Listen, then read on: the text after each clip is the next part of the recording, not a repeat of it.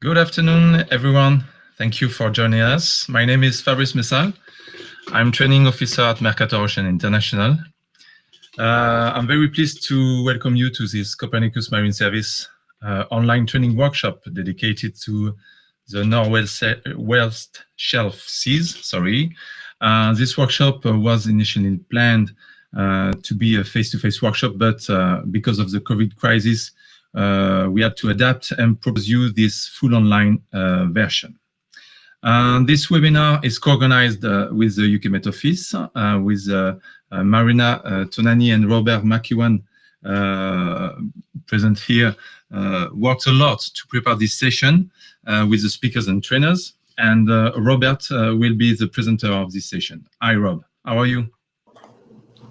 Hi, Fabrice. Yes, I'm very well. It's good to see so many people interested in the products from the Northwest Shelf today. Okay, Rob, I know you've also prepared some practical exercises for our participants. What is your position at the Met Office and the role of Marina in this organization? So at the Met Office, I'm a scientist working with the marine ecosystem models that we use to produce the biogeochemical products for the Copernicus Marine Service. And Marina is the manager of the Shelf Seas forecasting team at the Met Office. She also leads the Copernicus Marine Service Forecast and Reanalysis Production Centre for the European Northwest Shelf region. Okay, thank you, Rob. I guess Marina is also with us today. She will probably answer questions on the chat. So thank you, Rob. Marina and Rob did a huge coordination work with the speakers and trainers. And Vincent is also here with us to complete the hosting team. Vincent worked from the beginning to prepare this event, and today he will manage all the technical issues during the webinar. Hi, Vincent, how are you? Hello, I'm very well, thank you. Hello, everyone. So if you are ready, let's start. So I will start with this short reminder about the goals of this workshop. The objectives of this workshop is to show you how using the service can be an asset in your daily job, and try to share the maximum of expertise with you to feel more comfortable with the catalog and the data. You were about 280 people registered. You are now more than 150 participants online. It's a success for us, and the majority of you are beginners, and it's perfect because we designed this workshop and the content for you. So today, this is the first one in two parts, with a general presentation and presentation of the products dedicated for the region. The second round is a practical homework session composed by Jupyter notebooks, exercises, and tutorial videos to explain you how to run this notebook. You should receive by the end of this day or tomorrow morning an email with your credential and the links to attend the Jupyter Hub platform. And finally, the third one will be split in two debriefing sessions to share with experts and you some questions you may have about the hands-on exercise. Okay. And also during this 2 weeks of homework session, practical homework, you will have access to a chat platform to keep the link with the experts and to ask questions you may have. Okay. So this is the agenda of today, with a general presentation in the first part and user testimony. We will have a coffee break between the two parts with a survey, and we will have a second part with a presentation of the products available on your region. of interest. Okay. Vincent, can you explain how to ask questions during the different presentations? Yeah, sure. So as Fabrice told you, at the end of each presentation, you will be able to access to a question and answer mode. Okay, so to ask your question, whenever you express the need to ask your question, you just type your question to the chat platform, where the most of you could have written already. Just type your question, added with the gray question mark, and our moderator, Robert, will display the most relevant question during the Q&A session at each end of presentations. So do not hesitate to ask your question. Huh? Thank you. As well, there will be experts in the chat answering your question as well. So do not hesitate to ask as many questions as you need to ask. Thank you. So yes, this is the place of the chat. Yeah, exactly. You can pass this slide. And so at the coffee break, we will have a small feedback survey, which will be displayed on the main screen. Please answer it. It will help us to improve the format of our online training. And it's always great to have feedback from Copernicus Marine users. So at the end of the first session, virtual coffee break, and the second one at the very end of this training, this webinar session. So please answer this survey. Thank you. Thank you, Vincent. So focus on the end-zone session. This is the core of this workshop. So the Jupyter environment is a web-based application which allows us to propose you codes in Python to play with the data. You will have access to more than 11 Jupyter notebooks. The access is reserved for the participants of this webinar. Each notebooks you can have access to. For each notebooks, you can have access to tutorial videos on our YouTube channel to understand how to run this notebook and with the explanation of the different developers and experts. You have 2 weeks to practice. You have a chat platform available to ask questions to the experts. You have a lot of information on the participant manual you will receive soon after the webinar. And you have also other kind of videos available on the YouTube channel. I think about training session on GIS tool, service desk video to understand the Jupyter environment, etc.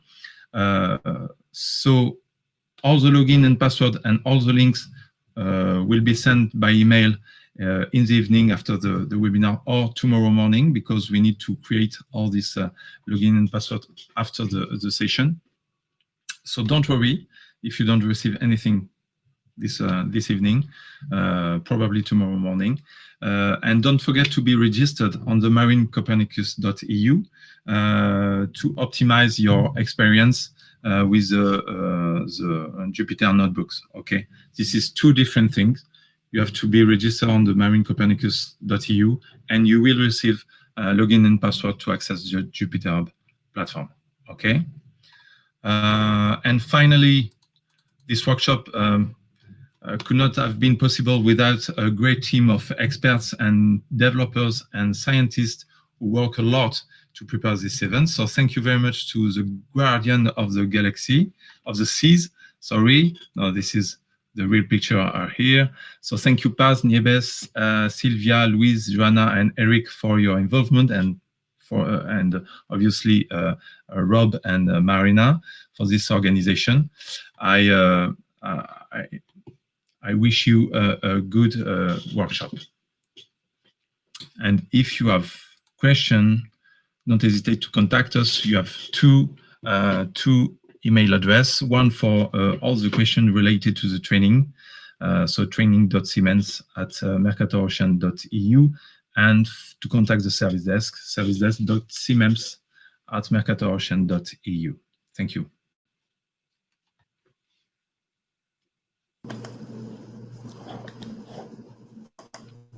Okay, thank you, Fabrice. So for this first part, explaining some general information about the Copernicus Marine Service, Fabrice is going to stay and give us this next presentation. Thank you, Fabrice. Yes, again, it's me. So let's start with a fresh reminder about Copernicus, for the sake of people who don't know what is Copernicus and the Copernicus Marine Service. So the EU Copernicus program aims to develop an operational and autonomous Earth observation capacities for Europe through in situ and satellite infrastructure development and data dissemination by thematic services. So the Copernicus Marine Service is one of the 6 thematic services dealing with the validation and the dissemination of marine data. Behind this Copernicus Marine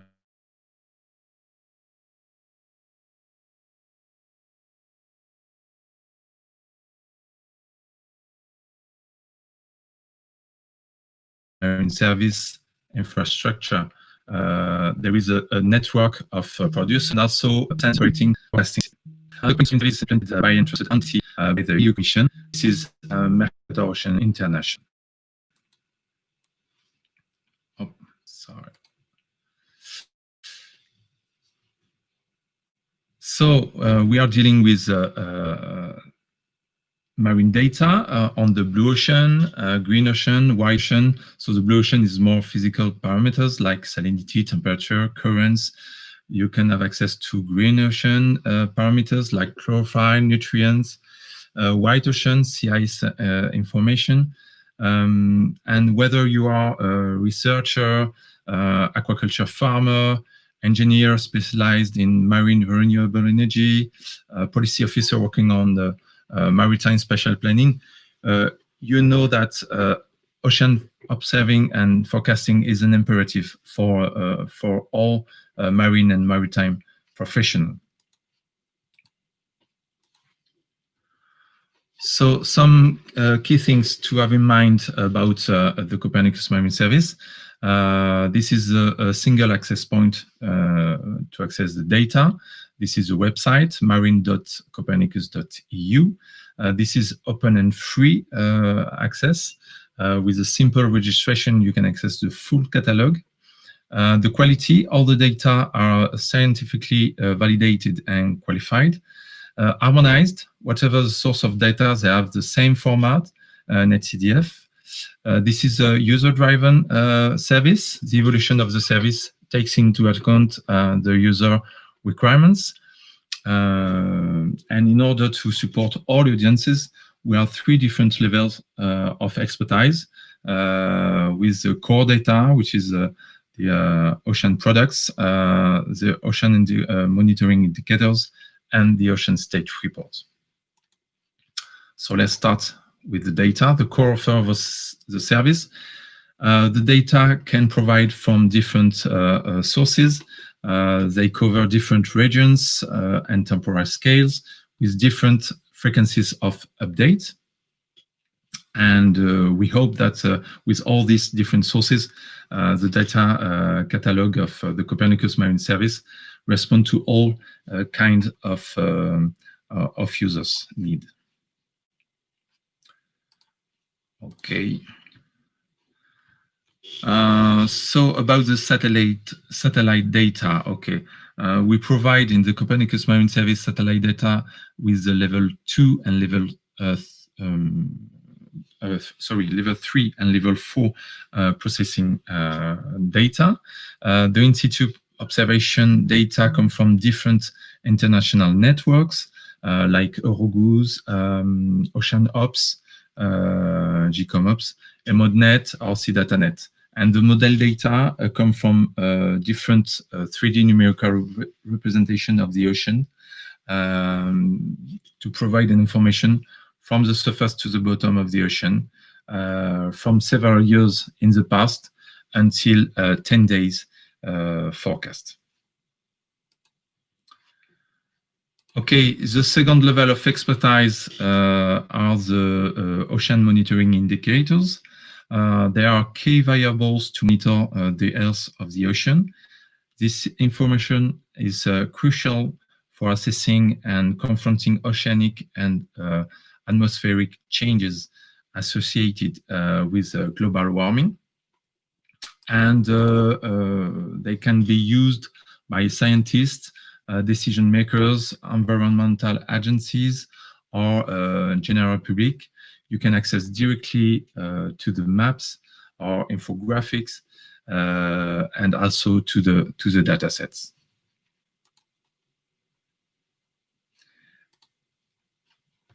Okay, third level of expertise, the Ocean State Reports. It provides comprehensive and state-of-the-art assessment of the state of the global ocean and the regional sea for the ocean scientific community, as well as for the policy and decision makers. Recently, the summary of the issue 4 has been published on the Copernicus Marine Service website. And we have also the Blue Book, Copernicus for the Sustainable Ocean, available also on the website. This edition promotes and tells the story of the Copernicus Marine Service. It's designed for all the policymakers and the general public to understand how the Copernicus Marine Service benefits society as a whole.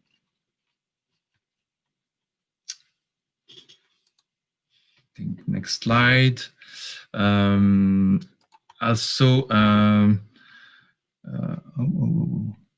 Yes, and to support you, you can have access to a lot of information on the website. You have access also to a unique service desk, FAQ and a collaborative forum, online tutorials, and more than 100 use cases available on the website to understand how to use the data.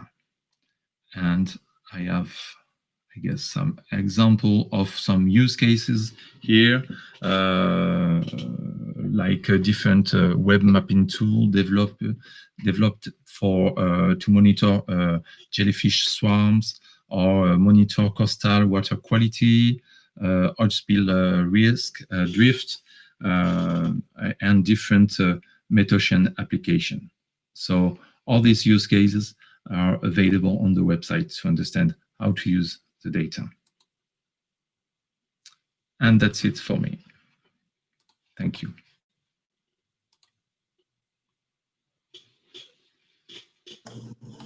Okay, thank you, Fabrice. I think our next presenter is going to be Cedric from the Copernicus Marine Service, who's going to tell us about the service desk. Yes, good afternoon. So, I share my screen.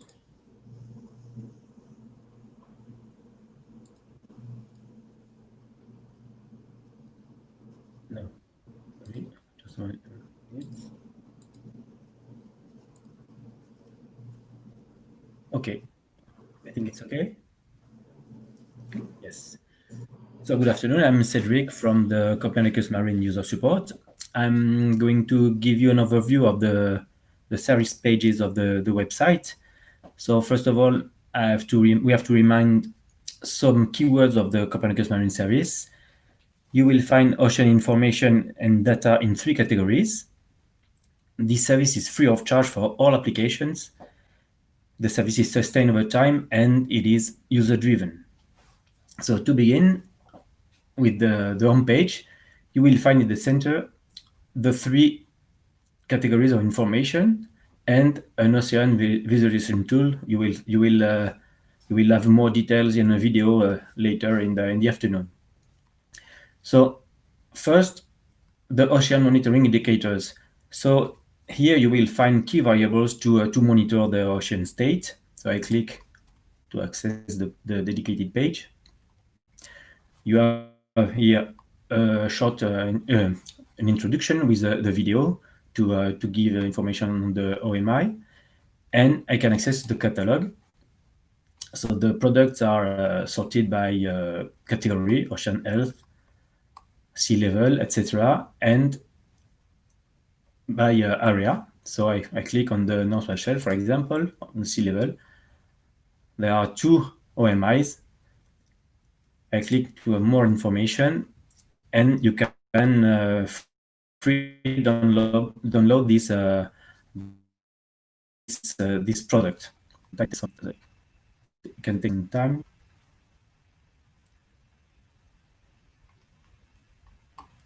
So here you can download this product. So I'll come back to the home page.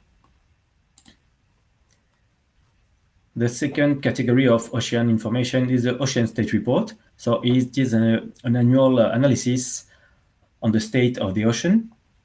It is made in collaboration with 30 institutions and more than 100 scientists. And the last category is ocean products. So I will focus on this one. So I click on it to have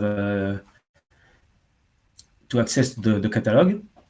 So in the catalog, you will find a different type of products, models, observation, and in situ observation, or satellite or in situ observation in real time or in past time. Here you can specify your search on the left part of the screen. I can specify, for example, the area, North West Shelf. I can specify the parameter, for example, temperature. And on the right part, I'm going to have the list of the product matching my criteria. All the products are sorted in sum-up tables. You will find all the useful information about the product in this sum-up table. So for the first one, for example, the analysis forecast physical product is a model product here. This product assimilates SCT, sea level, in situ profiles, but doesn't assimilate CS concentration, of course. Here you have the list of the parameters and an information icon. If I click on it, I access to the glossary.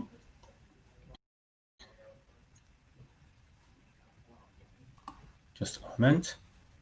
Yeah, and you can search your category, the names and the acronyms. The horizontal resolution, the time period, the temporal resolution here, and the area of the product. So you can also export your results in as PDF format, clicking on Export Result button here. For example, I choose the first product. So I will reach the product information page. In this page, it's the same for all the product information pages. You will have 4 different tabs: information, documentation, services, and newsflash. In the first tab, so information, you can share this information in different formats. And here you will find the information available in the cartouche, in the sum-up table of the product. That is the description, an overview, the type of the product type, if it's a model or observation, the different variables, the resolution, and for example, the temporal resolution. All the information are available here. The second tab, the documentation one, for all products, you will find 2 different documents: a product user manual, it's more a technical document, and a quality information document, which is a more scientific document. The third tab, services, here you will have the list of all the available protocols regarding this product. So web map servers, subsetter, it's an open app-like. You can subset your request depending on your area, your level, the depth, the type of the variable, etc. And you can access this product using FTP as well. Sorry, Cedric. Yes. Can you just try to zoom your browser? Yes, my screen. Yes. This one. Yes. Okay. Yes. Thank you, Robert. And the last tab is a newsflash tab. So here you will find all the operational events regarding this specific product. For example, there is an article on the next release planned in mid-December. If I click on the title, I have more information. I can see that this product is well impacted by this release, and that's why this article appears in this list. Then on the right, you can view this product. So I click on the icon. Sometimes it can take some time. So I open this one. So you reach this window. There are different visualization tools. There is the first one on the main page. There is this one, and there is an advanced one. If I click on it, I will reach this page, and you will have more functionalities. For example, you can make an animation, you can export for Google Earth. There's a user guide to explore all functionalities. Sorry, I'm lost. Yes. No.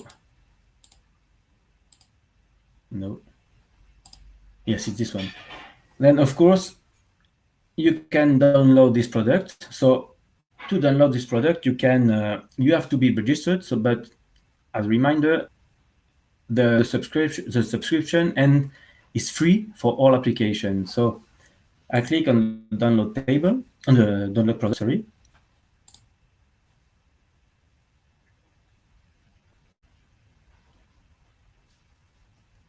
So I have to authenticate.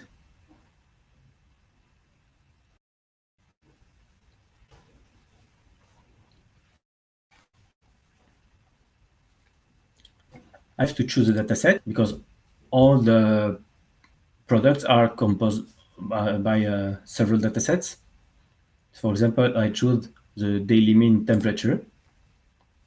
I will access a dedicated page to the download, in which it will be possible to specify my request.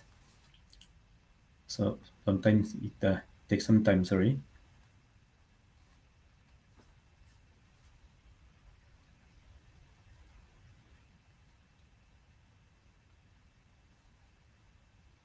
Yes, sorry for that.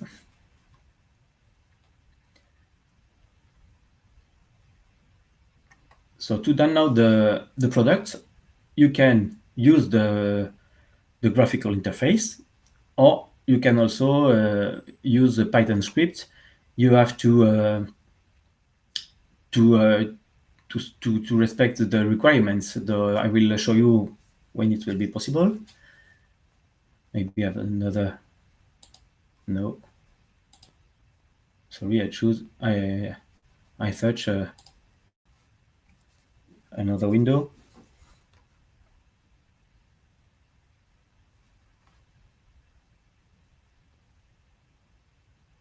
Okay, I change product, sorry.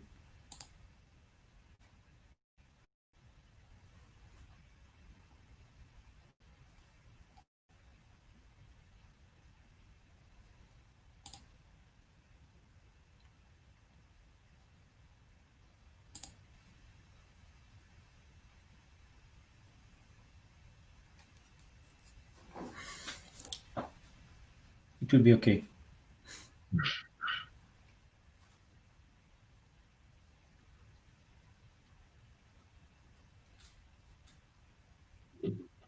So perhaps you can. I will come back to the download page. Okay. Okay. So to be informed of the operational events or incidents, maintenance, etc., there are different dedicated page. The first one is the newsflash page.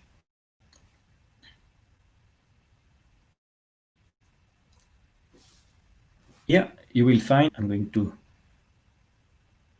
okay. So you will find the list of all operational events. There is a RSS flux here to subscribe. You can sort on the area parameter of type of product. And clicking on the title, you will find more information on the ongoing incident or the scheduled maintenance, etc. For example, there is a catalog maintenance in this morning. Another page to be informed is the product improvement page. Here you will find all the improvement log and the past and future improvements about the product and services. Here, so you can see that there is a service release is planned on the 15th of December. You will have a sum up of the changes and 2 specific documents, a notice, it's a sum up of the release, and the list of product impacted. Here you can access more information on your product of interest to know if they are impacted or not by this release. So for example, you can see that or not. Sorry for that. I don't understand well why, but you can see that several products will be impacted by the release.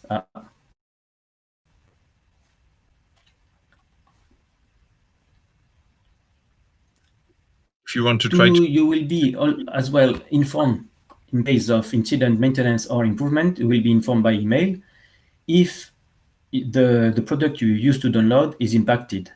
We try to target our communication to make them useful. So you download the specific product, you will be informed by email if it is impacted by the maintenance or an incident. Then to learn on the website, there are several location pages. The first one is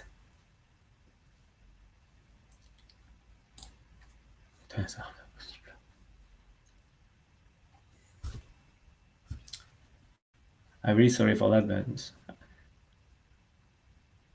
Cedric? Okay.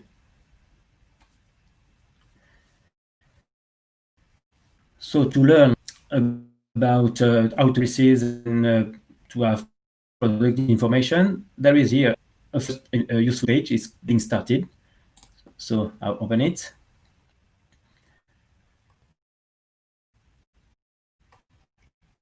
You will find a summary offer and then how to search.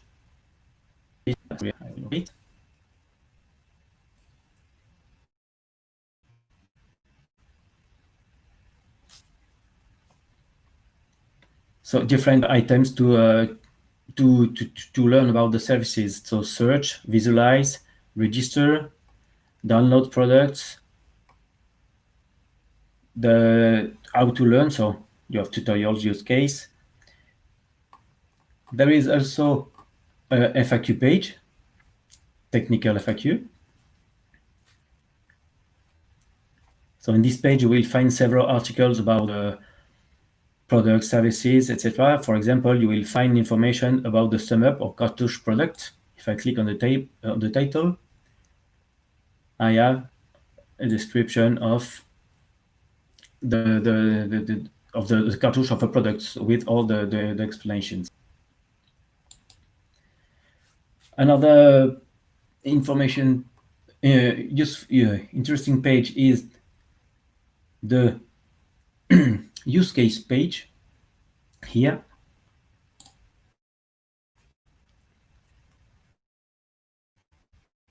In this page, you will find several examples on about the use of Copernicus Marine data, installed by geographic area, market, user type, country, and mobile application or not. So for example, I use market, custom monitoring. I have several use cases, and when I click on I will find more information on this use case, how this company used our data to regarding the application. So to register, there is in the menu, there is here a register now. So the registration form is quite long, and we actions are in progress to simplify it. The registration is automatic, so please check your spam to check if there is an email to validate your account. And so you will be automatically your credential when the registration will be finished. Then, and now how to contact the user support. There are several means. So there is an email address given by Fabrice at the end of this presentation. There is as well at the bottom of the of the web page. There is here any question. You will reach a short form to specify your question, and there is a widget. Here you click on the icon, and you will it will be possible to discuss with the members of the user support. And so don't hesitate to use this one. You will find useful information. For example, there was an information about the North Wales Shelf training. So don't hesitate to contact us using this mean or another one. There is as well a forum here. So another mean to contact the user support, or in this case, other users. So don't hesitate to contact us. The service desk team is available during open hours and days. So we will be happy to answer your question. Thank you for your patience, and sorry for this the issues with the connection.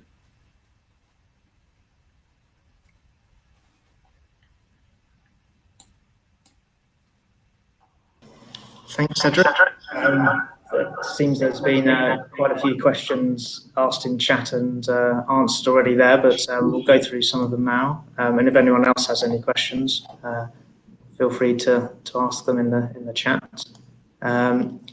So just for the people that haven't seen the answers in the chat, Cedric, is there any size limit for downloading the data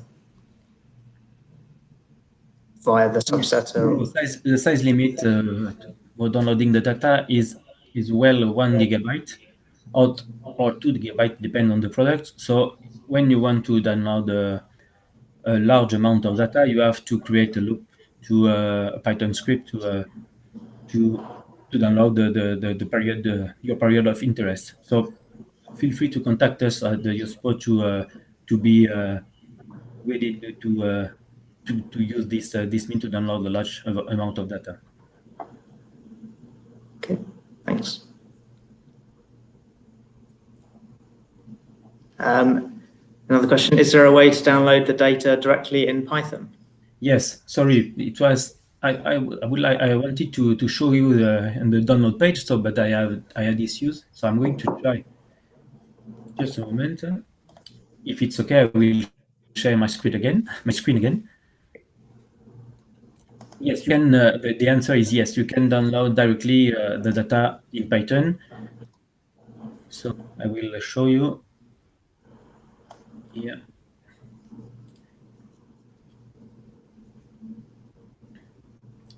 I hope it will be okay. So I share my screen again. Sorry, Robert. Okay.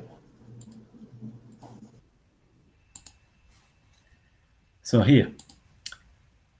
So I choose my dataset again.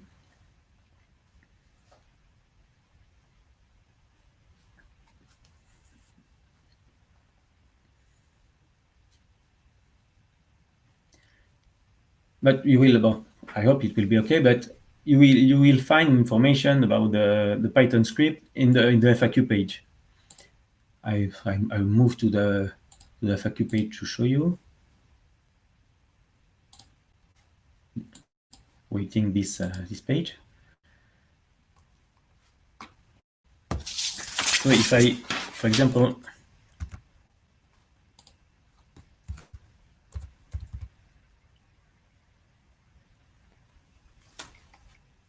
so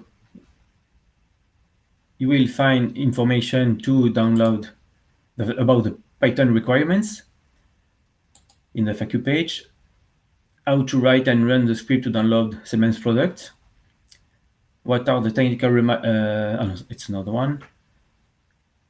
So you can use Python to download data. It's okay. Yes, it's okay. So for example, in the download page, there is a button here, downloads option. I click on it. So after specifying your request, you will reach this specific page to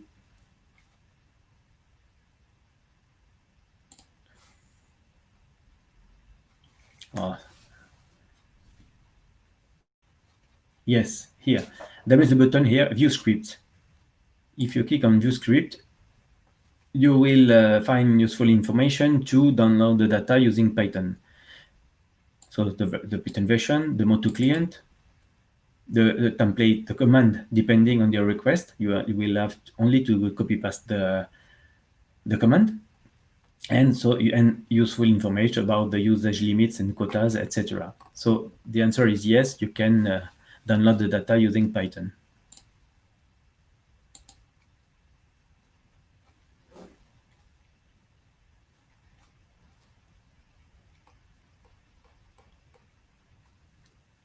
It's a no.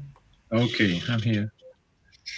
I think there is another question about this. Is it possible to get raw data as files? You cannot download directly this kind of formats, but you can convert the netcdf file into CSV or XLS format. So there is always as well FAQ, but the same. Don't hesitate to contact us. We will give you information. You can help us to reach this issue. Okay. So don't worry if we can answer all the questions published on the Q&A mode and the chat. All the questions will be collected, and the experts will answer the question, and you will receive at the end of the workshop a document with all the question and answer. I saw another question about the different depth categories, but I think this is a question for the producers for the second part of the meeting. Thank you, Cedric. You're welcome. So I think Rob have some problem to connect. I'm back now.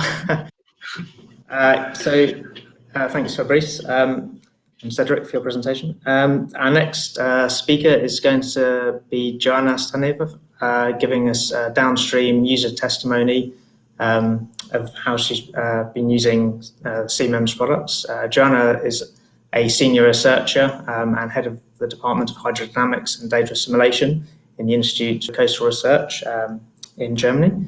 And I'll just pass over to her. Joanna.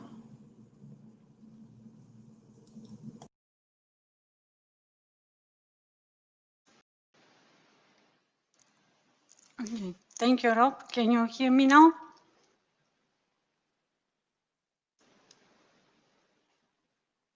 I hope so. So, good afternoon, everybody. I will present one of the user cases here in this training workshop. And this training workshop, I will present our applications for the German Bight and focus on the three estuaries, Weser, Ems, and Elbe.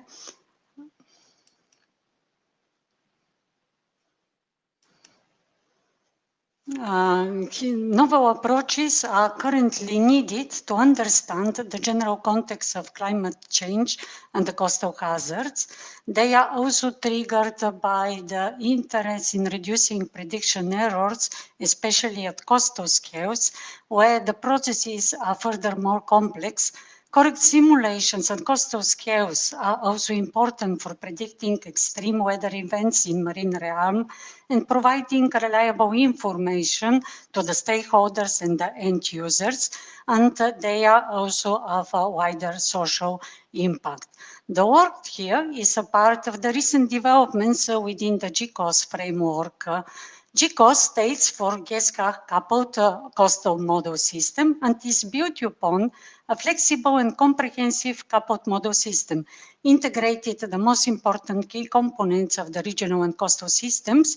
It encompasses three major model pathways: atmosphere-ocean waves interactions, the dynamic and fluxes of the land-sea transition, and the coupling of the marine hydrosphere and the biosphere. In my presentation today, I will focus on the downstream user case, focusing on the coupling of the coastal latency model with the biogeochemical model. And the model that we used here is a schism, which is a structured grid model, and it is implemented for the German Bight and its estuary. This unstructured grid model allows accurate representation of the coastline, but also it is of high numerical efficiencies. In addition, several modules are integrated to allow the extension beyond pure hydrodynamics.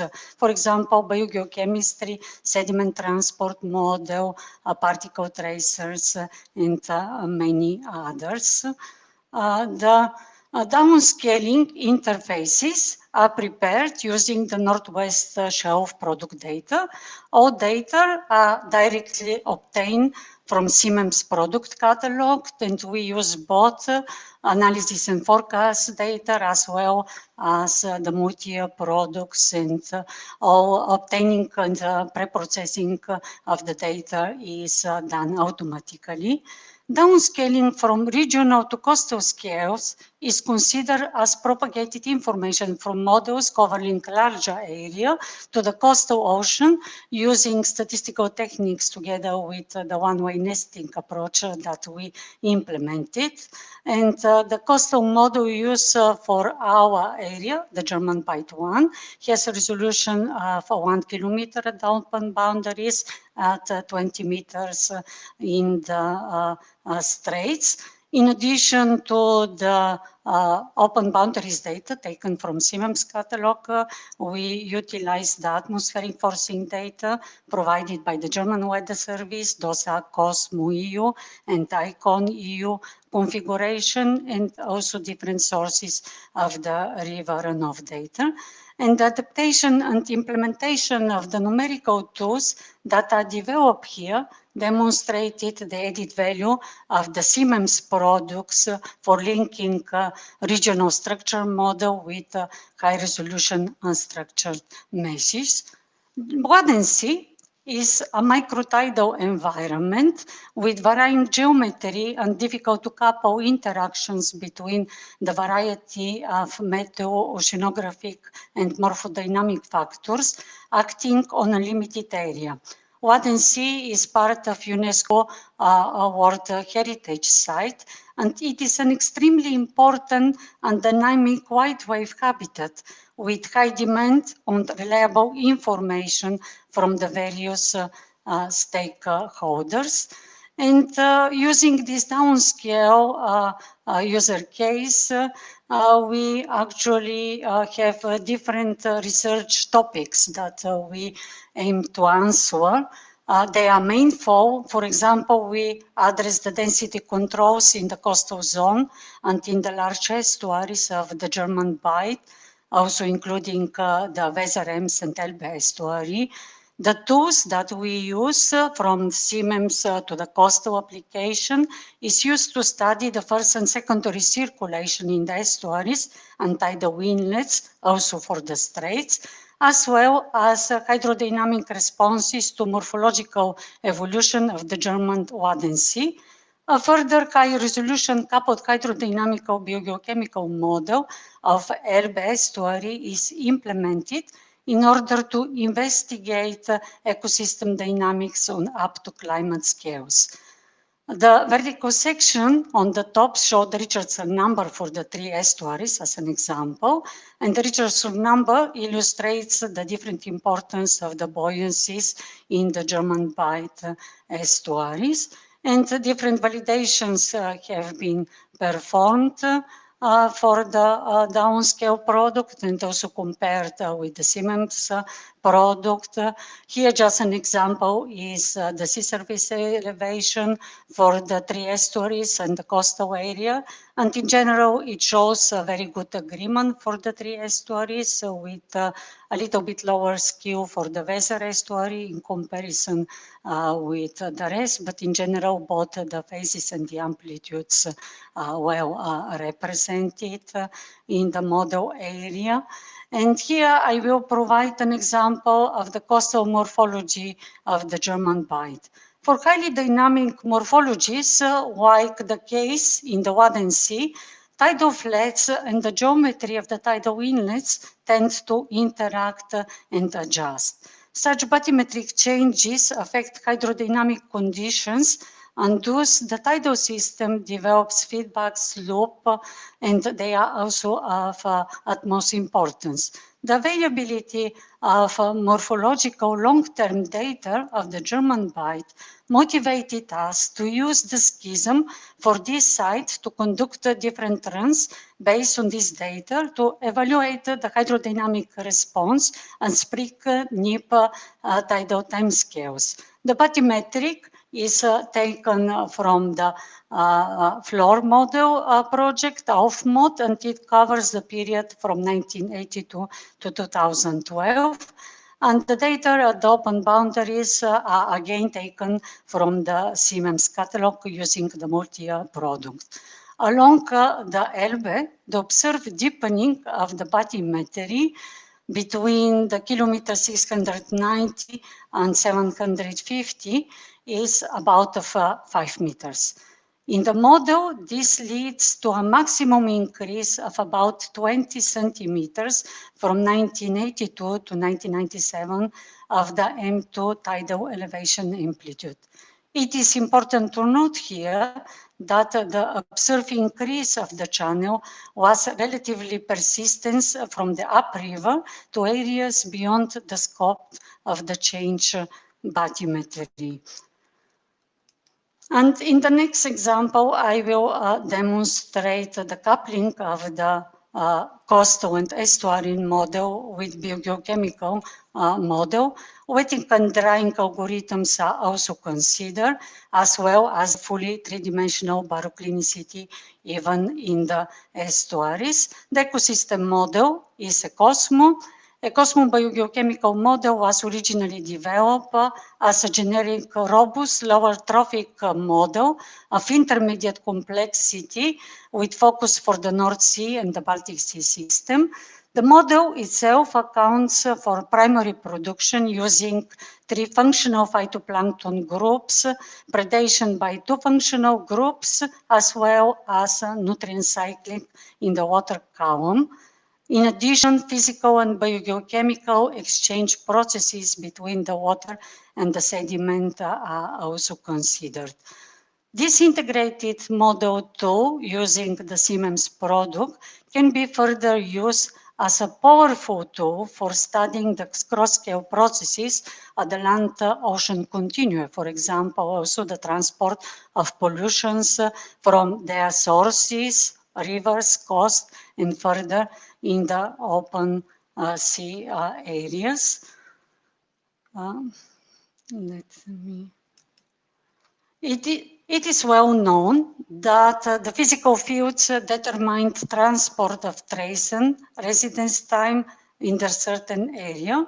For example, some physical fields as temperature and salinity directly affect the biogeochemical turnover, and modeling can help to identify the most crucial patterns and also the critical areas for the transport and the turnover at the estuary and the coastal scale.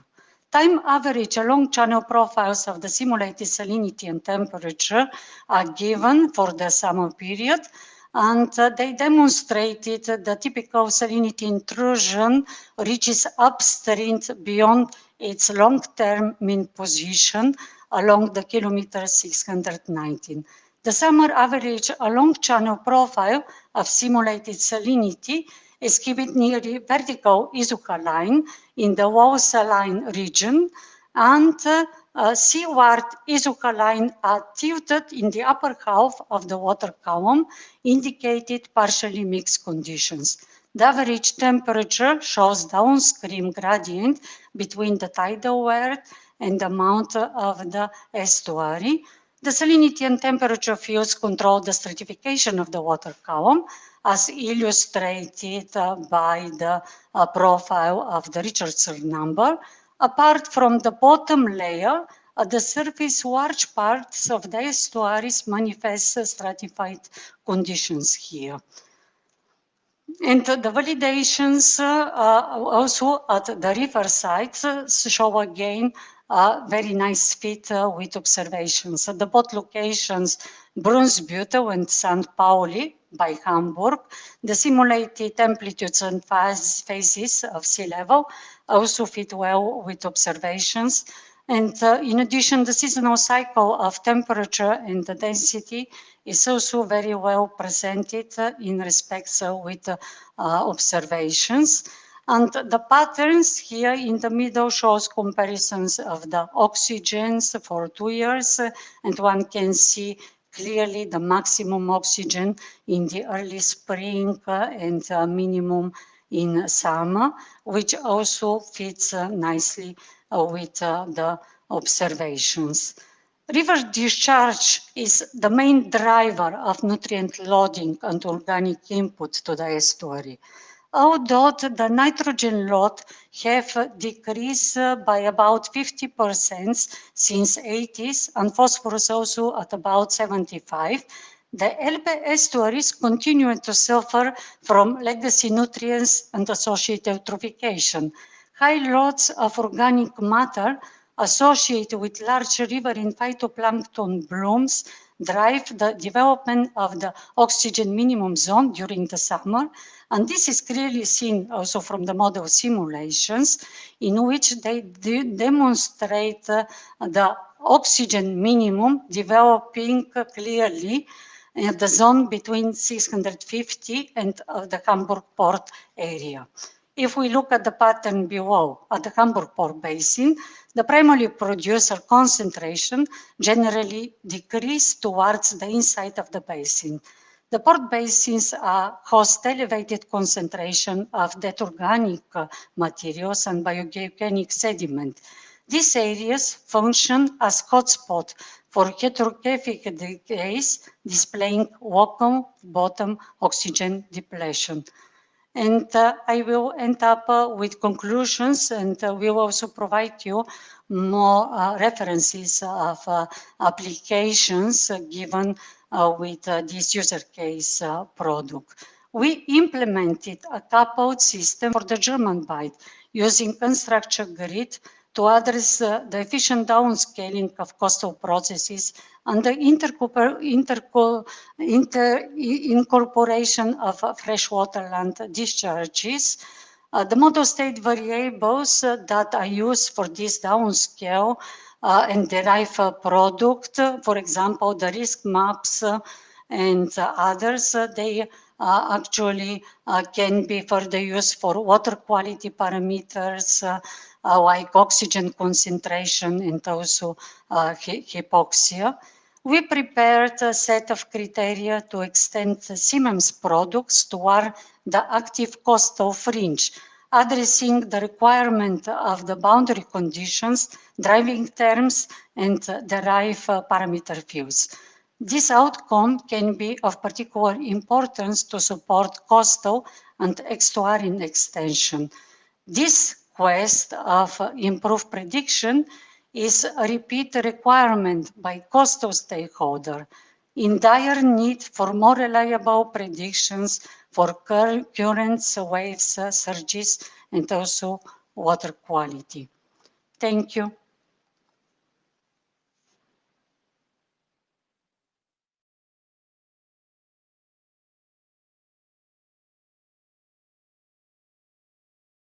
Joanna, that's a great talk on how you've been using Copernicus Marine Service models to force your model applications. Just looking at the questions, does anyone have any questions for Joanna relating to the work she's presented, or perhaps any general questions about the product she's been using? For the moment, apparently no question. Okay.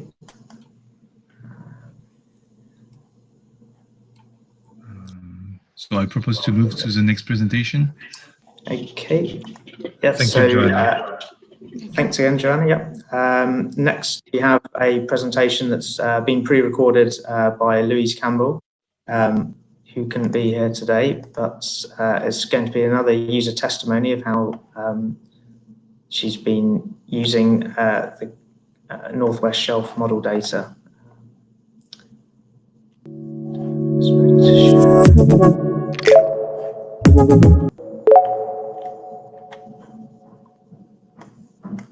Hi, my name is Louise Campbell and I work for Marine Scotland Science.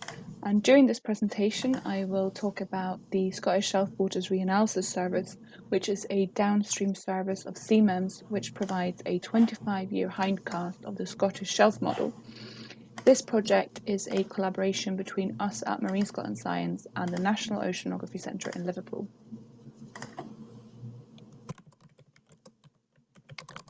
One of the reasons why we at Marine Scotland Science use hydrodynamic models is due to our commitment to identify potential economic development areas in the coastal and offshore marine environment, while avoiding conflict among users and ensuring sustainability. So as an example, a hydrodynamic model can be an extremely useful tool when generating an environmental impact assessment before installing a new fish farm or new wind turbine site. So hydrodynamic models provide us with evidence-based input, which can be really important. The Scottish Shelf Waters Reanalysis Service is based on the Scottish Shelf model, which is a regional hydrodynamic model covering the Northwest European Shelf and is an implementation of the Finite Volume Community Ocean Model, or FVCOM. One of the benefits with FVCOM is that it utilises an unstructured grid. The benefit with this is that the resolution can be adjusted according to your requirements. So in some areas, for example, close to the coast, you can adopt a very fine resolution, while further out at sea, you can adopt it forced by the wider domain or run independently. If you want to know more about the Scottish Shelf model, you can find out more by going to our website. If you Google the Scottish Shelf model, you should find yourself in the right place, but I will also put a link up on my final slide. Model outputs from the Scottish Shelf model are available to the wider scientific community, and the main available output from the Scottish Shelf model is a 1-year model run using climatological forcing to represent an average year. So this forcing has been averaged over a 25-year period and applied to the model, which has then been run for a single year. The benefit with this is that you only have to run the model for one single year and you get a product which represents average conditions.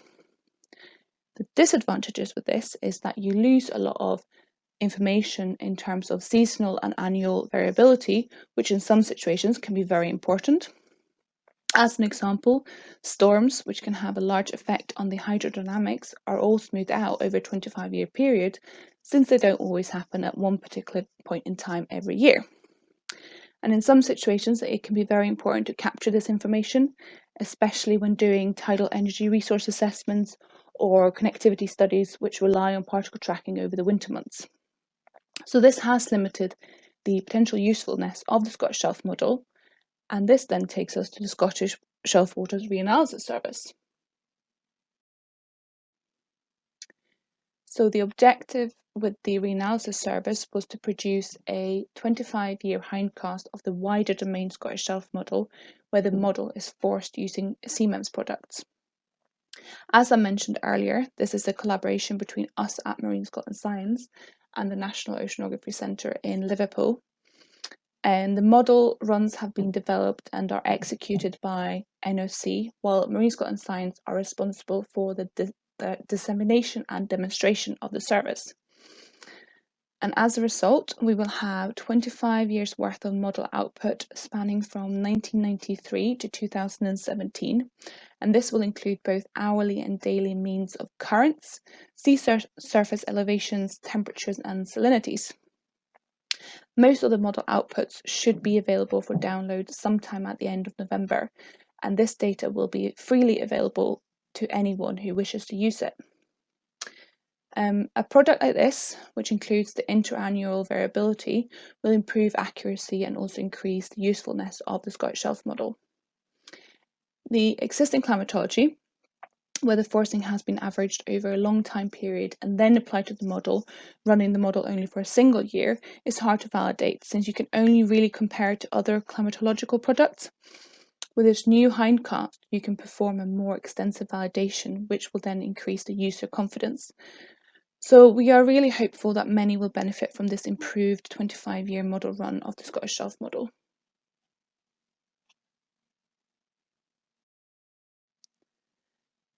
So this is kind of the different stages of the project. So the first step was to build boundary conditions. The next step was then to set up the assimilation, to then go on to building atmospheric forcing and freshwater forcing. The model was then calibrated and validated before the model was set running for the full 25 years. CMEMS products were used in 3 of these stages. So the CMEMS products were used in generating the boundary conditions for the assimilation as well as for the calibration and the validation. So in total, there are 6 CMEMS products used for the reanalysis project, all listed here. These have all played a vital role in generating a product with high user confidence and accuracy. So this list includes a combination of other hydrodynamic models as well as some observational data sets. So to generate the boundary conditions, the majority of the information has come from the Met Office AMM7 model, and for the assimilation and the calibration and validation, the data products that have been used are based on observations.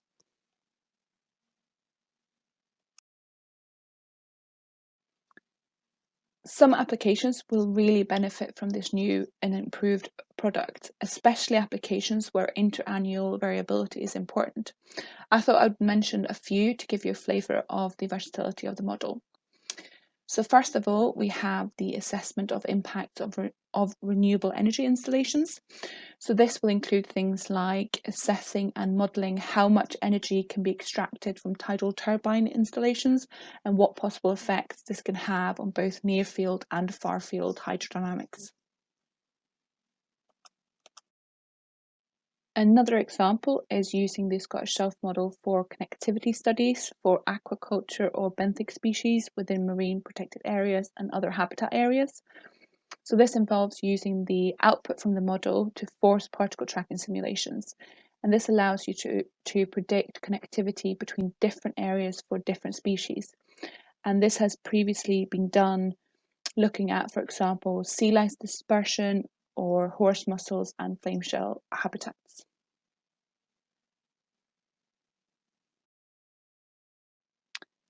You can also use the Scottish shelf model to force smaller local models. We do this in-house to force our subdomains, and others do it to force their own smaller local models as well. The Scottish Environmental Protection Agency, SEPA, used the Scottish shelf model to force their MIC models, which they then used to determine the suitability of an aquaculture proposal based on the resulting waste dispersion from multiple sources and the risk posed to sensitive features. So this is regularly done by SEPA when screening new aquaculture site applications. The model output can also be used for emergency response in the case of, for example, an oil spill in the North Sea. And there are loads of other applications where the Scottish Shelf model can be used, and it's already playing a vital part in many research projects. We hope that this extended model run will increase the range of Scottish Shelf model applications.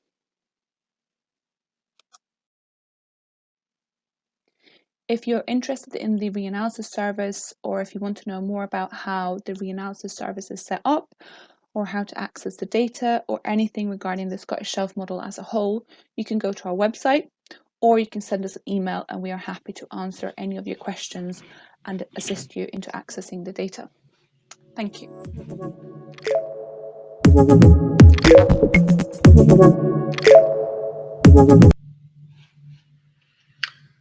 So it was a great presentation. No need to question and answer mode because we don't have the speaker with you right now. I propose you to share my screen before the coffee break, the virtual coffee break, to show you how to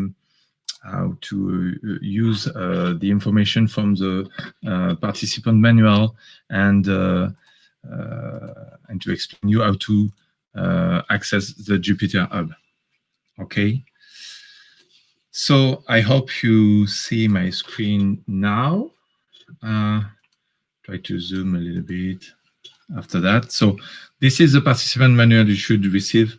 And if not, you will receive it soon after the webinar or tomorrow. Okay.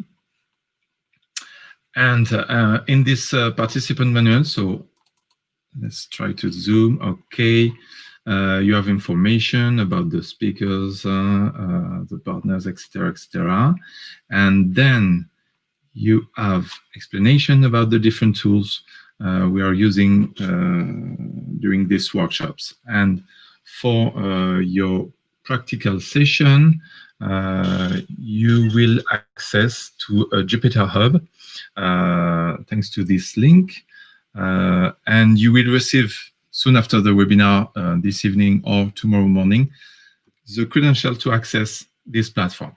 Okay, so if I'm logged on this platform, so if you don't know this Jupyter environment, so it's like that. So you have your home directory here with a launcher here, and you have the notebooks available for the different regions and for the Norway Shelf available here. Shared notebook, okay, Norway Shelf, and you have access to all these different directories: in situ products, physical, bio, wave model products, and ocean color products. So if you want to have a look to this Jupyter notebooks, you can double click and have access to the Jupyter notebook. But be aware that if any change you can make on this notebook will not be saved. So you have to clone the notebooks, to copy the notebook on your home directories and work directly from your home directory to save your modification. Okay, so let's see how to do that. It's explained in the practical manual. Okay, so there is information. So as a reminder, you cannot work directly in the public folder, so you have to copy on your home directory. So you have just to copy the line. So for example, I want to copy the ocean color product Jupyter notebook. So I copy the line, Control C, come back on the Jupyter Lab. I'm going to, on the launcher, I choose to open a terminal, and on the terminal, I just paste the line. Okay. Okay, no such directory. This is perhaps a little mistake in my code. Training Norway Shelf. Okay, 05 Jupyter Notebook Ocean Color Products. No, it's the correct way. So let's try again. Share notebooks.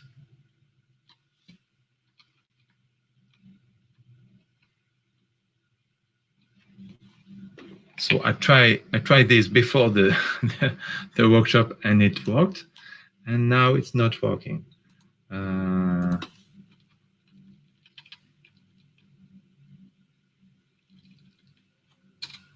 Okay, so what's happened?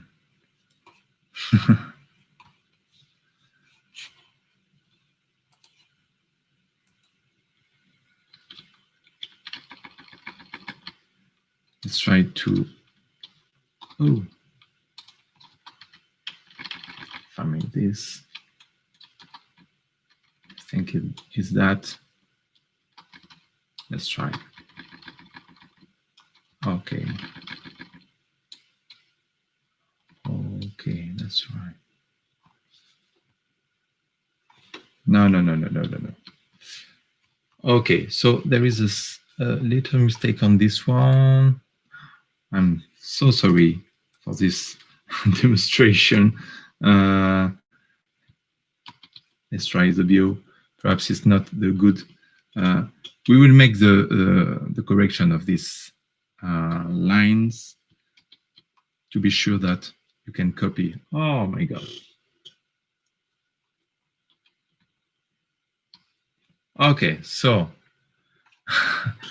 add space. Yes, I tried to add space. Space are missing. Where you say that? Here.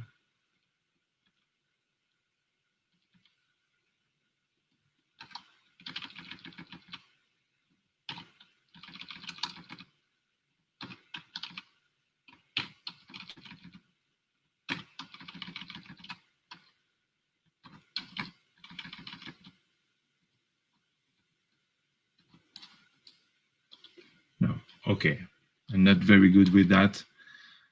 So I will let the service desk and my colleague to correct these lines. Yes, it's. I have to add space, but normally it's working. I don't know exactly what happened. I'm so sorry. Because here, perhaps I know. It's not a good. The good format. Okay, so I will check that later, and I will give you on the chat, and we will correct the document to let you the good command line to go on your home directory, to copy on your home directory. So normally it's very simple. You have just to do that, and after you can access on your home directory directly the notebook, like it is the case, for example, here. So this is the North Sea indicators, Jupyter Notebook indicators. And you have just to go step by step, cell by cell, with this clicking here. So you have just to launch each cell after each cell and read all the explanation from the experts. Okay. One thing more before the break. I want to share with you, yes, the YouTube web page of the Copernicus Marine Service. You can have access to the playlist, and on the playlist you have a playlist dedicated for the Norway Shelf Sea with all the videos recorded by the trainers and the experts. All the videos are here, and you can have access also to a different video on the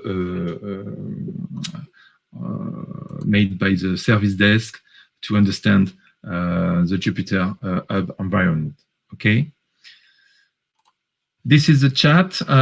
This is a chat platform, the Mattermost platform. Again, you will receive a link to reset the password and to access on this chat platform to ask your questions. So you have different channel here.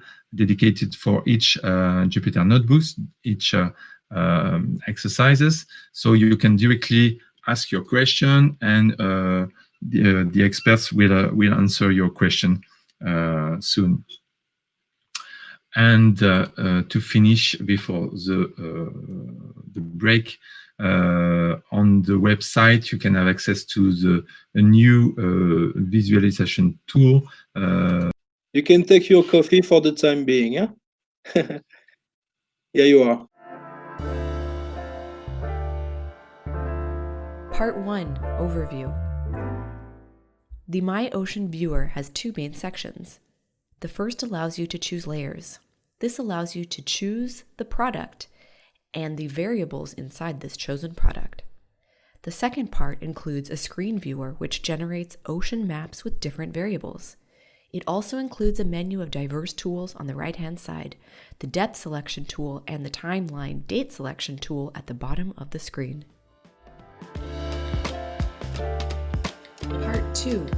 Which variables do you want to map? By default, the viewer shows seawater potential temperature. You can add layers to your map. When you click Add Layer, you see a pop-up box displaying all the products. You can search through free text or through the following filters: Universe, Main Variables, Community, Area, Time including future, present, and past, Source, Numerical Models, In Situ Observations, and Satellite Observations, Originating Center, which is a list of Copernicus Marine data providers, and Processing Level. You can add products as a favorite by clicking on the star. Then at the top of the Filters column, you can see all your favorites. You can deactivate or activate the layer by clicking on the eye. You can change the opacity of your layers to compare products. By clicking on the Configure Layer button, you can change the color palette for the map as well as the minimum and maximum values.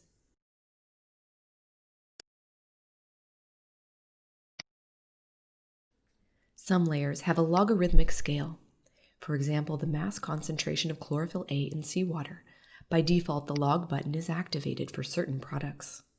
You can click the Layers button to explore other variables in the same dataset. By clicking on the information icon, you can access the abstract and product information. You can also add the layer as a favorite. By clicking the download icon, you are redirected to the Copernicus Marine catalog. In upcoming versions, you can download an image or video of the variable selected without being redirected to the Copernicus Marine website. To view the keyboard shortcuts, click on the About section at the top right-hand side of the box. You can share the map you created with these layers by clicking on the Share button. This allows you to generate a short link of your map and the embed code.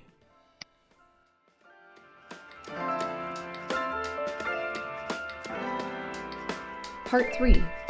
Dive into the 4D ocean. To view the North and South Poles, use the two arrows at the top and bottom of the screen. You can zoom in a particular region using your mouse on your computer or your fingertips from a mobile device. You can also dive deeper in the ocean by selecting various depths. Lastly, the timeline at the bottom of the screen allows you to select a particular date and even hour by zooming. You can click anywhere on the map and compare information from that selection, such as the time series and information at depth. Automatically, the selection information boxes and map are synchronized. Clicking the Points button in the menu gives you the same functionality. When you click on the Lines button, you can make a line or multiple connected lines. Press Escape, and this will give you the same selection information box with information on a time series, depth, or other parameters. When you click on the Areas button, you can make a shape to select the region you are interested in and generate the same selection information boxes showing various parameters. Clicking on the Settings button allows you to change the area selection parameters, including length and area units.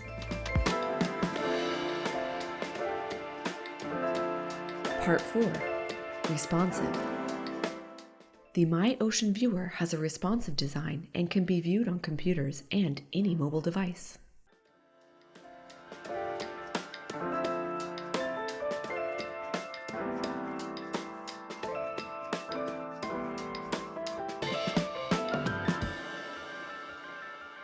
So it was the last video for this first part.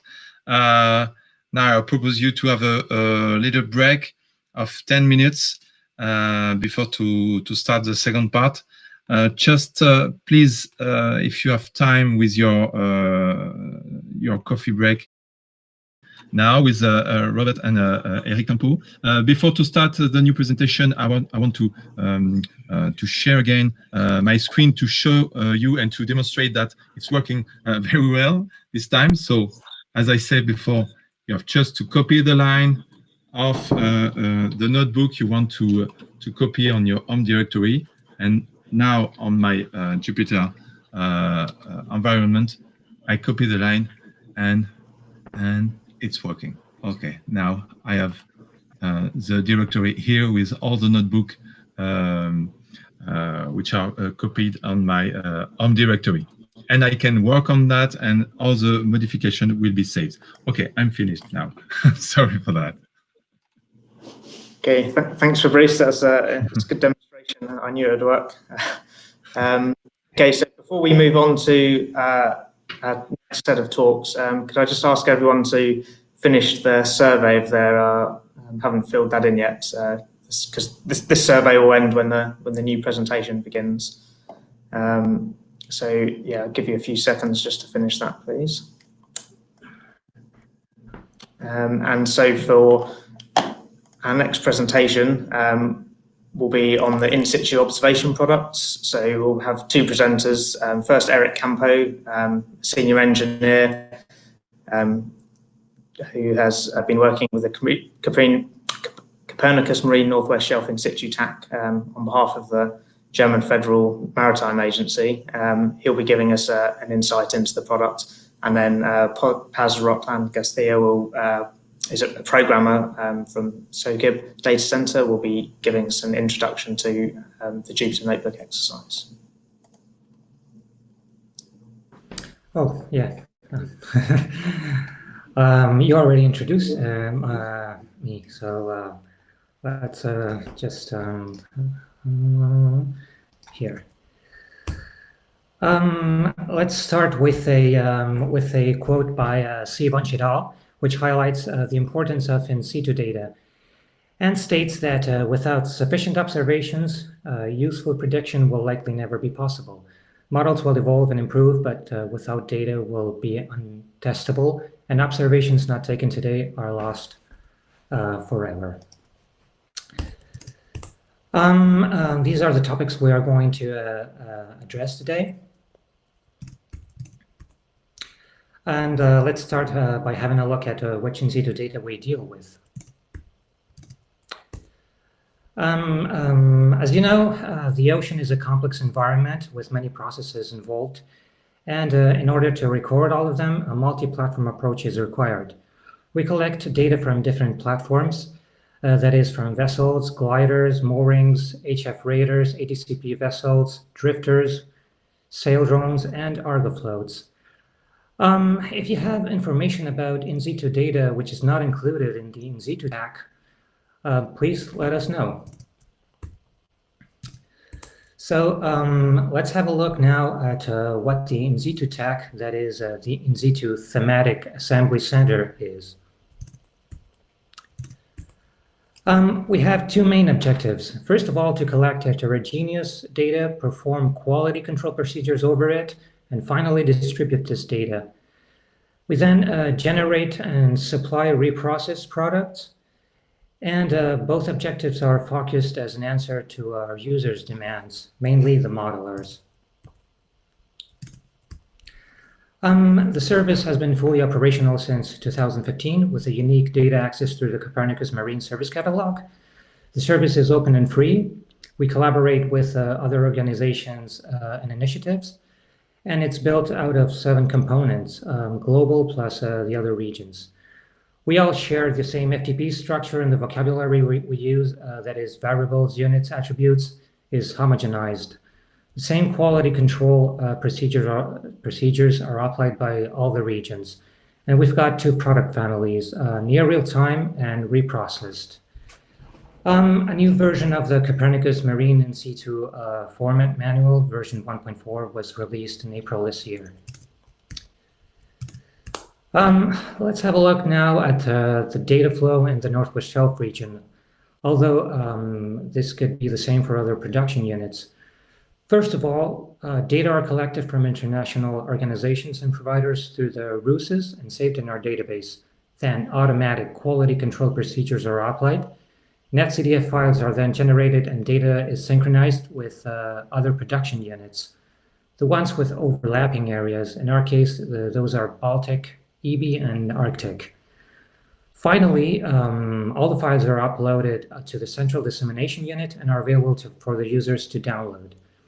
At the same time, data is scientifically assessed to generate reprocessed products, which are uploaded to the central dissemination unit for its distribution.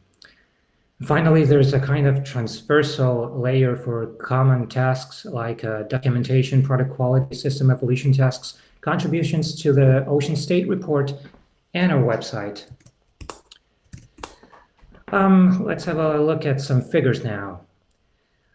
We manage around 7,000 active platforms which provide real-time data, and we have integrated approximately 41,000 platforms. We also manage more than 300 providers, even though only 121 are being displayed in the dashboard, because only active stations are taken into account.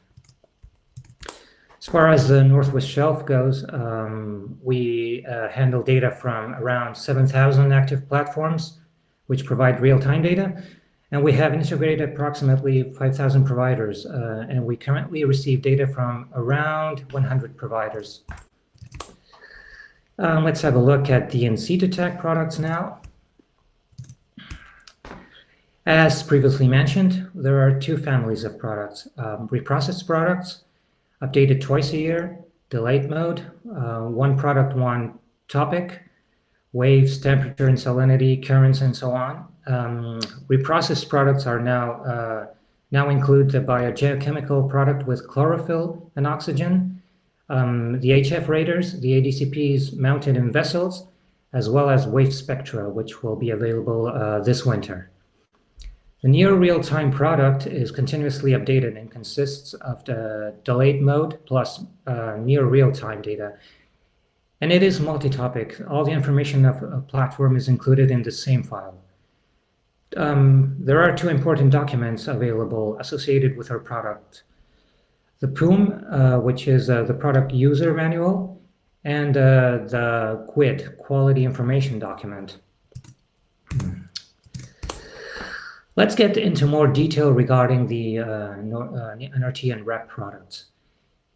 Basically, the NRT product does not only contain near real-time, but also delayed mode high-quality data. It will most probably be renamed as My NRT. That means multi-year near real-time.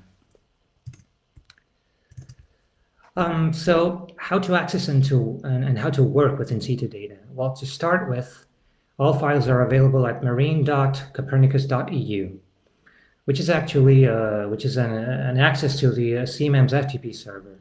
We provide index files to ease navigation and mainly for automatic tools. And files are organized based on periods, latest, monthly, and history. Let's have a look now at the directory structure of our products. The latest directory contains files with data from the last 30 days, with 1 file per day in platform, a monthly directory holding data from the last 5 years, 1 file per month in platform, a history directory with the whole history in platform, and then a reference folder, which is similar to history, but only contains high-quality delayed mode data. This is the product to download in case only top-quality data is required. Each folder has got an associated index file. In addition, an extra file is provided with the information of all the platforms included in any of the folders. This is how an index file for the latest product looks like. As you can see, it contains lots of useful information about the provided files. It's got a header and a row for each file. And this is how an index platform file looks like. It's a catalog. Basically, it's a catalog of available in situ platforms with lots of useful information as well. It is quite similar to the one we just saw, except that there is one line per platform. File naming has been simplified lately. Now, all of our file names are comprised by the region bigram, the file type, the data type, and the platform code. File names under latest have a suffix with a date. Monthly file names use the month as a suffix, whereas history files commonly do not use any suffix at all. It is possible, though, to use a suffix for some special history files cases. For instance, a time series distributed with 2 different time samplings. The NetCDF format manual has been modified, but you don't have to worry about this because compatibility is to improve. Compatibility with previous versions is kept. Our main concern is to improve the homogeneity of our product. As we can see in this slide, a possible change in the names of the products and data sets might occur. As far as I know, this is still under construction. Now let's continue with our last section, improvements in the in situ tag. Let me introduce you to our website. I strongly invite you to visit it because it contains a lot of information and it's very useful. Any feedback will be greatly appreciated. So what's included in the website? We've got the main documentation and some useful source code. Key performance indicators, which monitor and measure the delay of arrival, the number of platforms, and many other elements that could be of interest. And the dashboard, which is the jewel in the crown, a very useful tool that eases data discovery and navigation, and which is based on index files and metadata. The dashboard allows you to quickly and easily find and download data by directly connecting to the Copernicus Marine Service FTP server. A big thank you to my colleague Path, who is in charge of the practical sessions, and the mind behind the dashboard. And we've reached the last slide, which depicts where we are currently. I see it as a Tour de France stage. The first stage offered a basic service, that is the gathering and homogenization of data. Then we improved the data quality, something that makes us different from other initiatives. We later developed and included extra functionalities and cross-cutting services like the dashboard or the website. And currently we are focusing on giving feedback to providers. For instance, providers are being notified about possible failures in their stations, most of the time before they even notice it. And this is it for today. Thank you so much for your attention. Now my colleague Pat is going to speak with you.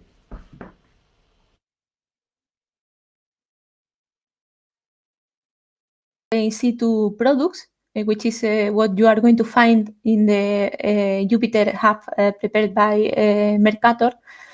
And you are also going to find some videos I have prepared for guiding you through all this material, okay? Plus some videos dedicated to extra interfaces that you can use to get to know better the in situ products, and in particular the Norwell Chef in situ product. So I hope you find them interesting. I wanted to talk a little bit about the first two notebooks, which I think are the most important ones for you to start learning how to deal with the in situ products. And the first one is the product overview. In this one, we are going to analyze the content of some of the NetCDF collection that are within the Norway Shelf product. So it's interesting for you to check it because this way you can evaluate if the product is suitable for you or not, because we are going to check the kind of platforms that are reporting data in such collections, the kind of parameters that are they're available for you to use, and these kind of things. So it's a good start. Then what we are going to do is learn how to subset the product, okay? Because normally the user doesn't want to download the whole list of files that are available in the product, but they just want to download certain files because it has been reported by a specific platform or it contains a specific parameter or something like that. And this is what we cover in the second notebook. So I think these two are the most important one. And apart from them, I have provided a couple of examples where we actually open and plot the data of some of the files reported by tide gauges, gliders, and XBTs in the area of the Norway Shelf. So please just run those notebooks and let me know through the platform chat, Mattermost, if you have any question. I am there right away, so don't hesitate into asking. I have added another extra slide that's showing you some of the plots we are going to make with the material. So just so you have a look at this. And I have also added in the material some videos explaining some of the platforms, because maybe you are not familiar with some of the platforms we are going to read data from. That's all with the in situ practical session, and I wish you well luck with it.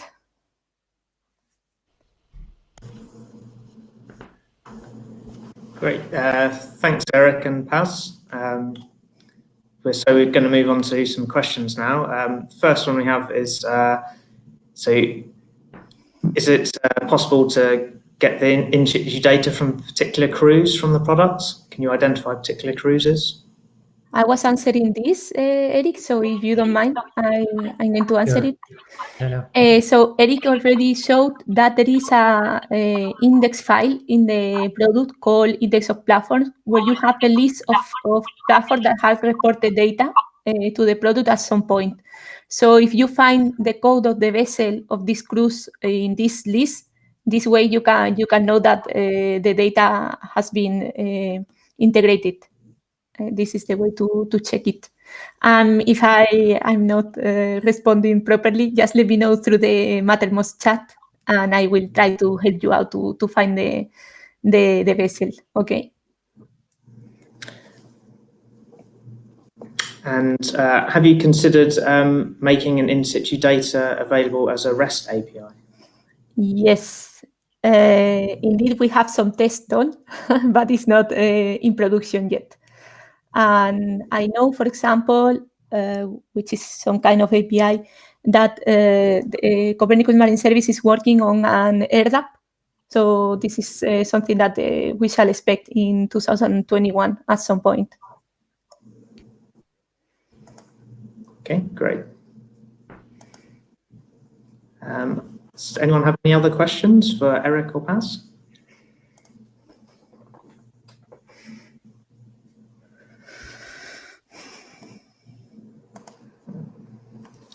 Do you plan to add CDOM data from biogeochemical Argo data? Indeed, if the Argo profiler is providing this data, it should be in the product already.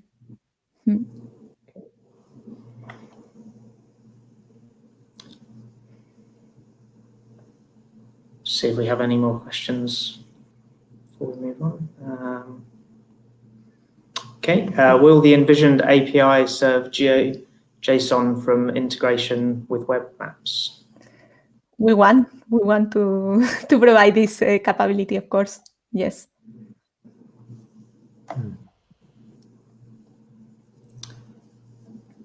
Okay, so unless there's anything else, I think we should probably move on now to our next speaker.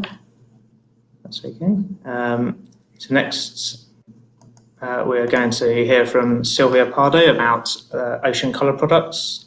Sylvia is an ocean colour scientist at Plymouth Marine Laboratory. So we can hand over. Thank you. Bye.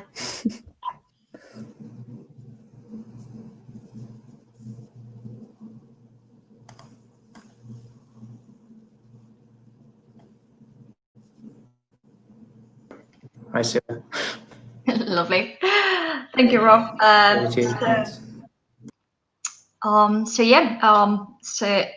In this presentation, I'm going to introduce you to the ocean color products you can access through the Copernicus Marine Service, and we will talk about ocean color and ocean color variables. I will show you how we derive ocean monitor indicators from them and how we report on the health of the marine ecosystem in the annual ocean state report. And last but not least, I will give you a preview of some of the phenomena that we are going to study during the ocean color practical session.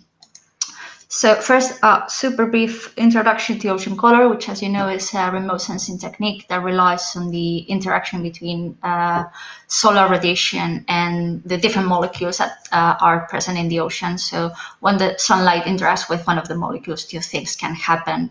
The radiation can be absorbed as energy, or the radiation can bounce back, can be scattered. And eventually some of that light makes it out of the ocean and can be detected from ocean color sensors onboard satellites. And the good thing about this detection is that it's spectrally resolved. So the ocean color sensors are able to tell you how much light of each one of the colors or each one of the wavelengths is present in the signal. So we can infer which one of the water components is responsible for the backscatter. I'm not gonna go into much detail into the internal organization of the ocean color TAC. Just say that as the other Copernicus centers, we are an international group, and we have 3 production units, and each one has expertise on different European regional seas. And that's actually quite important because each one of the regional seas has very specific bio-optical characteristics. So when it comes to ocean color algorithms, it's not as easy as one algorithm, one size fits everything.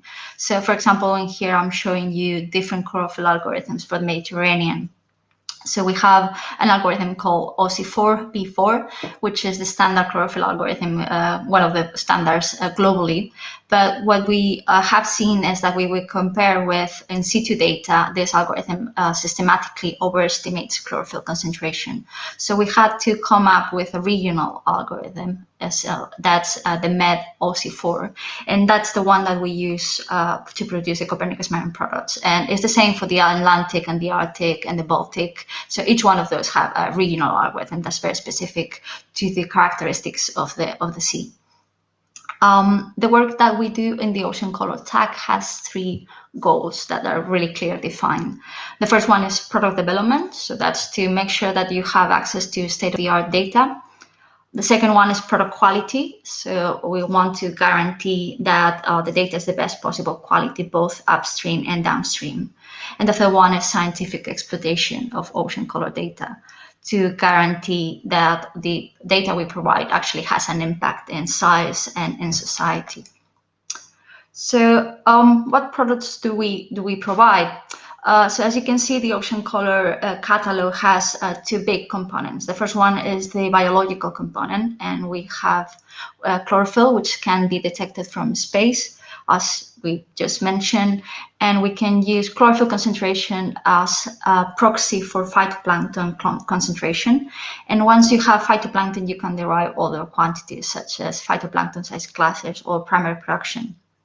And the second component is the optical component with variables such as remote sensing reflectances, inherent optical properties, turbidity, SPM, PAR, and those give you an idea of other components such as sediment, for example.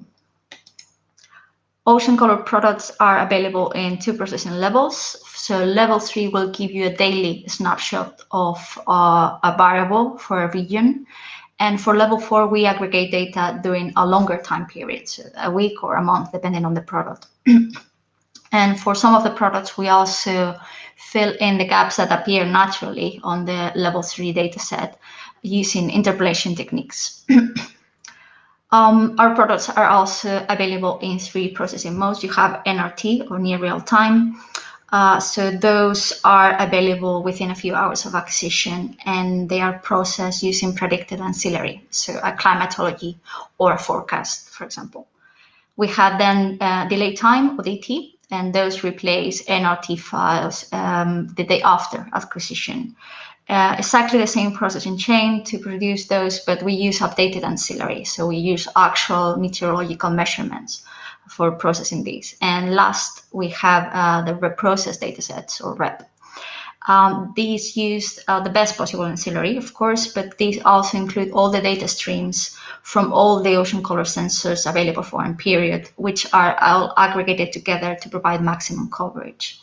And each one of these levels and modes are right for a specific application, and we will discuss this in a little bit more detail in the practical exercises. We provide data at different resolutions. So at the moment, that's 1 kilometer for the regional seas and 4 kilometers for the global ocean. But with the incorporation of Sentinel-3A and B ALCHI into the catalog, we will very soon be able to sample some of these regions at a resolution of 300 meters. Each one of the regional seas are processed differently. So I have already mentioned the need for regional algorithms. So what you have in here is a summary of the models behind the chlorophyll algorithms for each one of the seas. And obviously you can find detailed information about these models or these algorithms in the quality information documents that you can find in the catalog. We need to be constantly assessing the performance of the quality, basically, of the ocean color products. As we keep acquiring new data, we have old sensors that might be degrading. We have new sensors that are being launched. And here you have a snapshot of the latest validation exercise for the chlorophyll product. We do the same thing for the optical products, of course.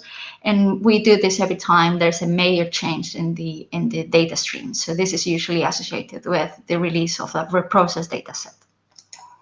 So here's a summary of the processing modes and levels, and also some data on some numbers on data uptake will give you probably an idea of what our users, or the different applications that users are exploiting the data for. So as I said, we are constantly trying to develop the ocean color catalog, and these are the product milestones that we have been working towards in the last year or so. So this includes new data. So I have already mentioned Sentinel-3A and B ALCHI, but we also have a new data stream from NOAA 20 years.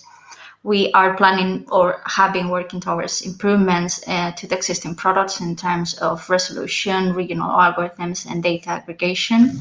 And we also have new products that have been either released or are about to be released, such as phytoplankton functional types, primary production, and ocean monitor indicators. As an example of the new data streams, this is the ocean color timeline. Will give you an idea of how many sensors were available in the past and will be available in the future. And as you can imagine, this means that a big part of our job is to come up with methods to merge all these data streams from different resolutions and different spectral characteristics. As an example of a new product, this is the phytoplankton size classes that we released last year.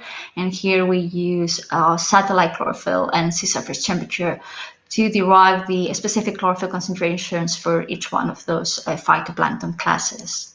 And similarly for primary production, which can be obtained from purely satellite data using ocean color, sea surface temperature, and altimetry data.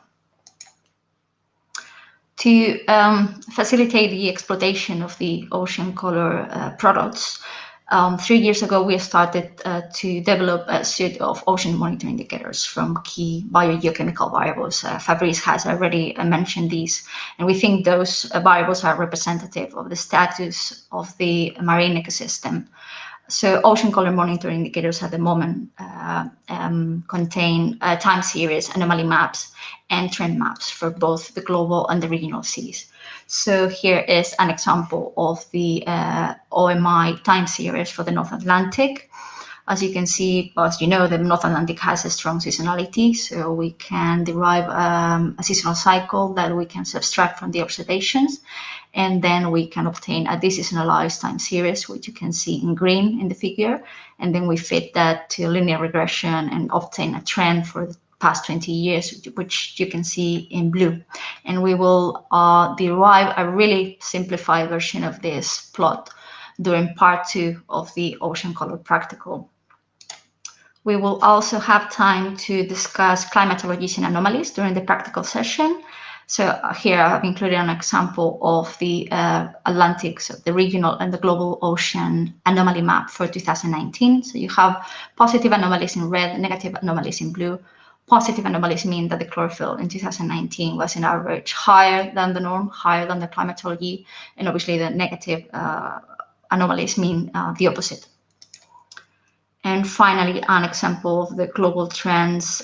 This is a global chlorophyll trend map for the period from 1998 to 2019, sorry, 1998 to 2019. And we have positive trends shown in red, negative trends shown in blue, meaning that the chlorophyll has increased or decreased on a rate from 1 to 5% per year in the past 20 years for some of the regions, obviously. Once we have a method to derive time series from chlorophyll, we can really apply the method, same for anomalies and trends, really. We can apply those methods to most chlorophyll-derived quantities. So here we have exploited the chlorophyll product to define the borders of the North Atlantic oligotrophic jar, and we have derived a time series of the size. And similarly for primary production, we can derive a time series of the average daily of primary production for the global and the regional seas. And we can also produce global, in this case, global primary production anomalies. So once we have all that information from the products, and especially for the ocean monitoring indicators, we gather all that knowledge and produce an annual report on the state of the ocean. Oops, sorry, I didn't mean to do that. So in the previous year, we have, for example, reported on the correlation between chlorophyll anomalies and climate indexes. For example, the El Niño Southern Oscillation in the Pacific Ocean and the Indian Ocean Dipole in the Indian Ocean. We have also studied the phenology of phytoplankton blooms, so when they start, the end, the peak dates, the duration and intensity, as you can see in this study for the Baltic Sea. The Ocean Star report also gives us the perfect excuse to exploit the synergies between Copernicus Marine products, as we did here for the Pacific states, where we use chlorophyll concentration, sea level, heat content, and sea surface temperature all at the same time. Or this other example that uses chlorophyll both from satellite and models, both from Siemens products, to assess the eutrophication status in the Northwest European shelf seas. And the Ocean Star report also gives us the chance to work directly with the users. For example, this study shows the impact of chlorophyll decrease on mussel growth in the Northwest European shelf sea, one of them, and which obviously is critical for those in the shellfish industry, so we can work directly with them. So this is about to be the end of my presentation. So to finish, I would like to introduce you to the Ocean Color practical sessions you will have access to after this webinar. I have organized the material in 3 separate parts. So part 1 and 2 will focus on the biological components, so that's chlorophyll products and derived products, and part 3 will focus on the optical component. We will use the first notebook to familiarize ourselves with the ocean color data. We will look at the metadata, learn how to extract variables, how to plot them, and this is just an example of the types of maps you will learn how to produce. In part 2, we will study the phytoplankton bloom, so intensity and location mainly. So as you know, many regions in the Northwest Shelf Seas experience blooms every spring and summer, like this one. And we will compare the bloom with data from previous year to create an anomaly map. And we also learn how to extract and average data to create a time series from daily and monthly data. And on the third part and the third Jupyter notebook, we will explore the optical part of the catalog using examples for this region, which, as you can see, is quite dynamic from the optical point of view due to all this sediment that is brought in by the various European seas that are emptying into the Northwest Shelf Seas. So in particular, we will be studying what we call the East Anglian plume, which is this really large feature in here. And we will try to find the optical signature of the East Anglian plume in the changing colors of the surrounding waters and see how this translates in terms of turbidity and transparency and suspended particulate matter products. So this is me. It will be my pleasure to answer any questions you might have. Thank you very much. Great, thank you, Sylvia. There's already some questions coming here for you, so we'll start with the first one.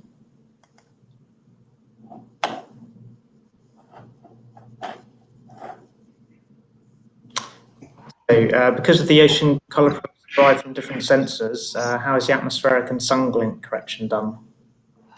That's a really good question. So obviously for ocean color, atmospheric correction is critical for the quality of the final product. So what we have done in the past is to compare for each one of the sensors many atmospheric corrections, and we pick the one that performs better for that sensor. And then when we all aggregate all together, we aggregate the data at level 3, where we have basically performed the atmospheric correction already, and we have also geolocated the data. So that's done on sensor level. How we do it, for example, I can tell you that most of the sensors at the moment are processed using this atmospheric correction called polymer, which doesn't rely, if you know anything about atmospheric correction, it doesn't really rely on the near-infrared part of the spectrum being 0, which is what atmospheric corrections usually do. So this one uses the whole spectrum, and that means that it's super good to detect data, for example, under sun glint, or when you have haze coming from dust, for example. So at the moment, that's the best we have according to the assessments we have. Yeah, I'm happy to provide links and papers to that one, because I know it's not very widely known, but it's one of the best we have at the moment. Okay, great, thanks, Sylvia. So there's another question about regional. So yeah, have you any plans for localized algorithms for the Baltic? Totally, we do have a localized algorithm, but I'm aware, I'm not the expert in the Baltics, so maybe I'm the wrong person to answer this question, but there's certainly, as far as I remember, low quantity of in situ matchups during the seasons where you need it the most, so where the complex optical episodes occur. So my answer basically is that we are aware of that the performance can be improved at this moment, and that the group that's responsible for the Baltic are working on it. But yeah, definitely. Okay, great. Got another question here. So are the products for each satellite, or do you have merged products? At the moment, the only single satellite we have at the moment, the only single sensor product we have is for Sentinel. In the past, we had one for VS, one for MODIS. At the moment, we provide OCHI, and then we provide the merge product. And it's the same thing as we did for the atmospheric correction. We try all the different algorithms for each one of the sensor, and we have the best per sensor, but also for each one of the optical water types, and we select the best for each pixel every day, and then we merge that. So yeah, there is a global chlorophyll product that merges Modis, Seawebs, Maris, and Beers at the moment, and Sentinel-3 Yolchi will be available in that merge sensor soon. And the last question, this is a really long one, thank you, and very interesting, thank you very much. Is there, do we validate them? Yes, of course. We validate them at single sensor level, and then we validate it at merge level. So what you have on the quality information documents is probably only for the merge products, but we can easily provide the validation at single sensor. But because we only provide the merge one, and the quality information documents are long enough already, we only provide the validation for that. Okay, great. We should probably move on, but there's a few other questions, but these will be answered and provided via the chat platform. So thanks again, Sylvia. Thank you. And we'll move on to our next presentation. Hello. So yeah, I'll be giving you the presentation for the bioproducts. Hopefully everything will work. These live, large-scale meetings are always a bit tricky with technical problems sometimes. But so hi, I'm Robert, and I'm a Shelf Seas ecosystem modeler at the Met Office, and I work in producing the real-time and assisting with the reanalysis biogeochemical products for the Northwest Shelf. So today I'm going to be giving you a rough outline of the biogeochemical model we use to produce the products, and then summarizing some of the information about the near real-time and real analysis products. I'll also introduce the Jupyter Notebook exercises we've prepared for the biogeochemical products and for the physics products. So I'll move straight on to the biogeochemical model. Now, when we've managed to reconnect with Marina, she'll explain in her presentation some details about the physical model that drives the biogeochemical model is coupled to that drives the circulation on the Northwest Shelf. So the ecosystem model we use is a lower trophic level ecosystem model called URSAM. This is primarily developed and maintained at the moment by Plymouth Marine Laboratory. We pull the model updates through to them to try and incorporate them into the latest Copernicus Marine Service product. It's coupled to the physical model NEMO that's operating at a 7 kilometer horizontal resolution.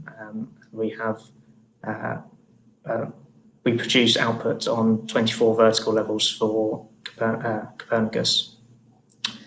So the ecosystem model is, this is a diagram showing the different components within URSAM. It's quite a complicated model.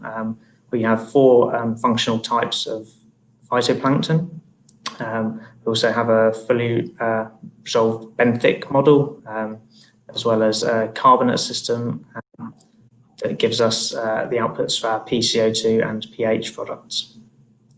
So in here, this diagram, you can see the different pathways between different groups within the model. So we have inorganic fluxes in blue and our nutrient fluxes in red, and then some predator-prey interactions are the black lines. The dashed lines are the effects of the carbonate cycle. Yeah, so the model itself is tracking the carbon, nitrate, phosphate, silicate, and chlorophyll within each of the functional groups and in the water column. And as we progress through time, those are affected through the model.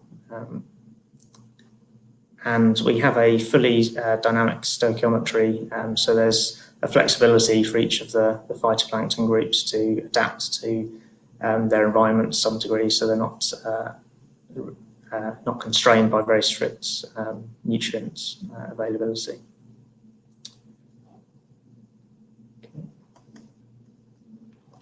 So yeah, as I said before, you'll find more out about the physical models for Marina, but this is an image showing the region covered by the AMM7 model.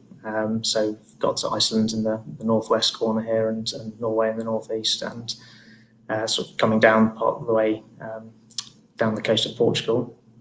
So the biogeochemical model, we use boundary conditions for the biogeochemistry from World Ocean Atlas and also from GLODAP, it's the Global Ocean Data Analysis Project.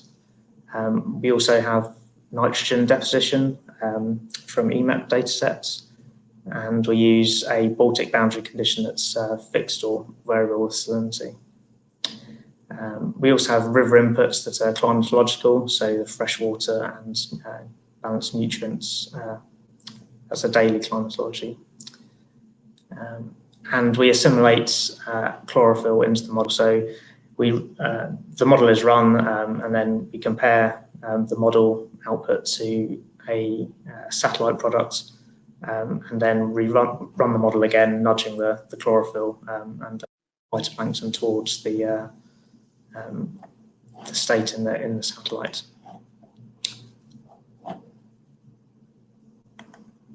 So there's two main products we are providing for Copernicus Marine Service, and that's the reanalysis product and also the forecast product. So for the forecast product, we're producing total chlorophyll, nitrate, phosphates, oxygen, light attenuation, pH, surface, PCO2, net primary production, as well as phytoplankton biomass. As I said, it's the spatial resolution is 7 kilometers horizontally with 24 vertical levels, and the forecast product is producing daily means. We keep 2 years worth of data available through Copernicus Marine Service. These include 6-day forecasts, so we have a 2-day hindcast and then 6 days running forwards. And for this product, the satellite products we're assimilating is available through the Copernicus project as well. So it's the CMEMS, Ocean Color, Level 3 near real-time satellite products. And so with each of our products, we have a quality user document and a product user manual. So here's just an image of some of the verification we do on in the quality user documents. So this is a comparison of our seasonal average satellites and satellite chlorophyll. But yeah, you can find all of that linked through the Copernicus service desk and the product pages. So there'll be more detailed information about the products and also how we compare the products to in situ and satellite observations. So the other products we produce is the reanalysis product. So broadly the variables we produce are similar for this product. However, we also splitting chlorophyll into 4 functional type groups of phytoplankton we have. So we have a pico, a nano, micro, and a diatom group. Again, the resolution is similar, so it's run with the same physical and a similar version of Ursum that we use for the near real-time products. But here we're producing daily and monthly means as well. And the period that the reanalysis is currently covering is from 1993 up to 1 year behind present. And these reanalyses will be updated twice a year, so it should never be much more than 6 months behind the current time. And so for simulation, we're using slightly different products for the reanalysis. So the product is based on a level 3 functional type product, but using some methods described by Brunet at Hassel to separate microphytoplankton into microphytoplankton and diatoms. So here we see a time series from the quids. So this is the time series of the entire reanalysis at a point location. I believe this is at the L4 buoy location. So you can see a comparison of satellite and model and in situ observations as part of our verification. Just to mention, though, the products that you'll be working with in the notebooks are the ones that are currently available, but these products are going to be updated in December, I think the 12th of December, to the latest version, and these will have the improvements mentioned in these summaries. So moving on to what you can expect from the notebooks. So for the biogeochemical notebook, we'll just be demonstrating opening up data sets that have already been downloaded. In this case, focusing on a region of the North Sea. We'll be looking at chlorophyll and oxygen concentrations, plotting surface fields, monthly surface fields over a year, seeing how they change. We'll also look at a cross-section across the North Sea, so you can look at the vertical structure of the chlorophyll and nitrate that the model produces, and looking at data for the whole for a period of the reanalysis for oxygen and nitrate concentration, and how they're linked and how they vary over time. And for the physical notebook, we'll be focusing on the near real-time product, and we'll be looking predominantly at current data. So you'll see all the different products that's available for the physics, but the current data is a particularly interesting one, I think. We'll be looking at producing streamline plots over an area of the North Sea, and also looking at currents through the water column, seeing how they change with depth, and comparing near real-time hourly data of currents to temperature and salinity and sea surface height, so you can see the dominance of tidal currents in some regions. Okay, so we should probably try and move on and see if we can get Marina back. But first, is there any questions for me about the biogeochemical products before we move on?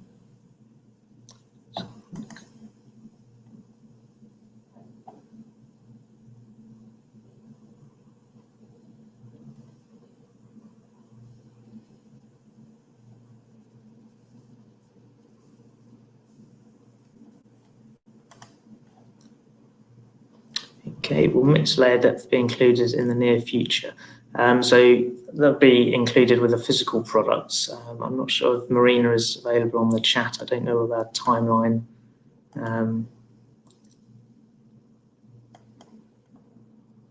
Marina can hear me.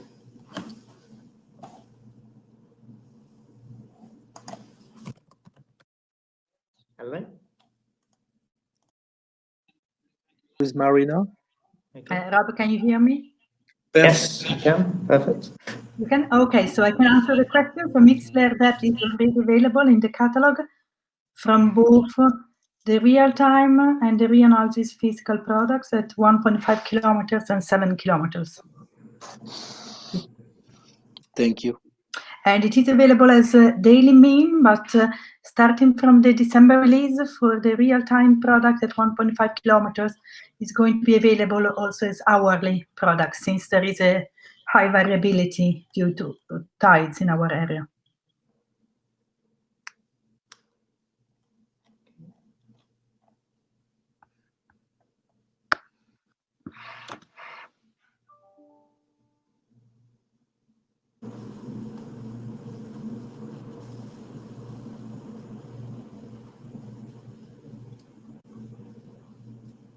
Okay, so looks like it applies to in situ data perhaps. Is there any way to find out what particular data entered a certain CMEMS data set?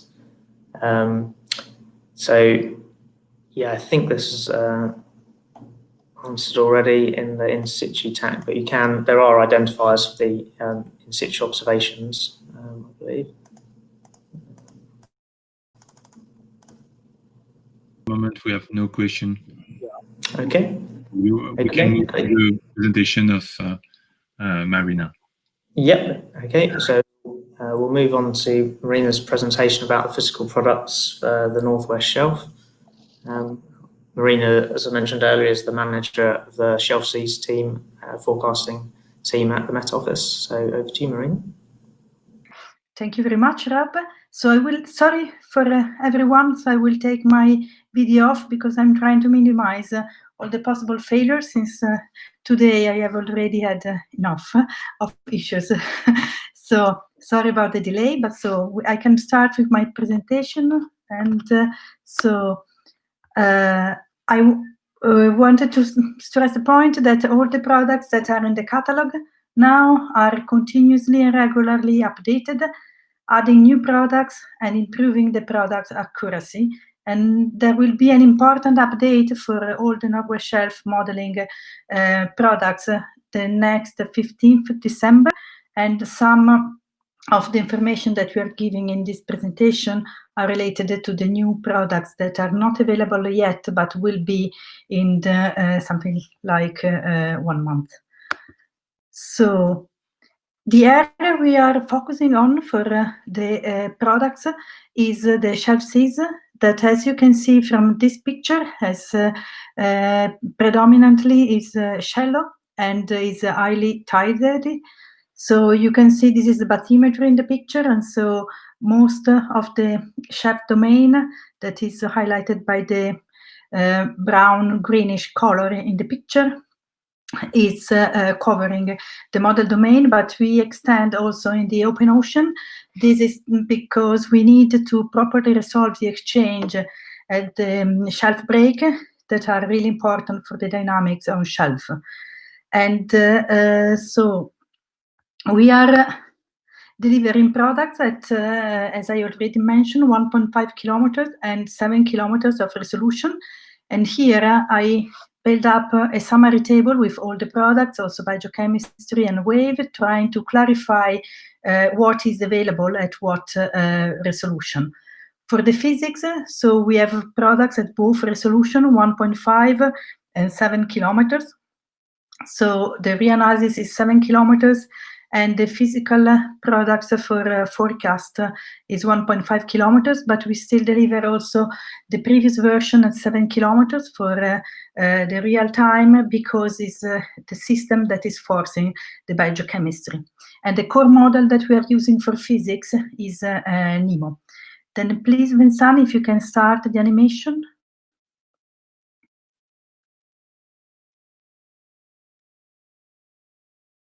Oops, something is okay. This is an animation for the Irish Sea and the sea surrounding, the ocean surrounding Ireland, making a comparison for surface current hourly fields for 24 hours to show what are the differences due to the resolution. As you can see, and you can easily expect, the 7 kilometers model is not capable to resolve all the details that the 1.5 is capable to resolve, but anyhow, he's able to represent the major patterns. And also, when there is great variability due to the tides, both of the model are capable to represent this variability, even if there are differences in the details of the processes that are represented. But this issue related to the resolution is really important, and you need to keep this in mind, because if you are dealing with a very coastal area, probably the 7 kilometer resolution is not the product that is fit for purpose for you.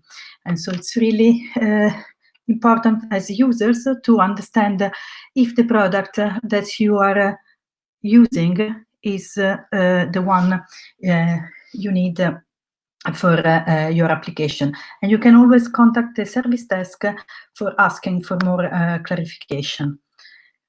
All the products can be easily available in the catalog. So you have already been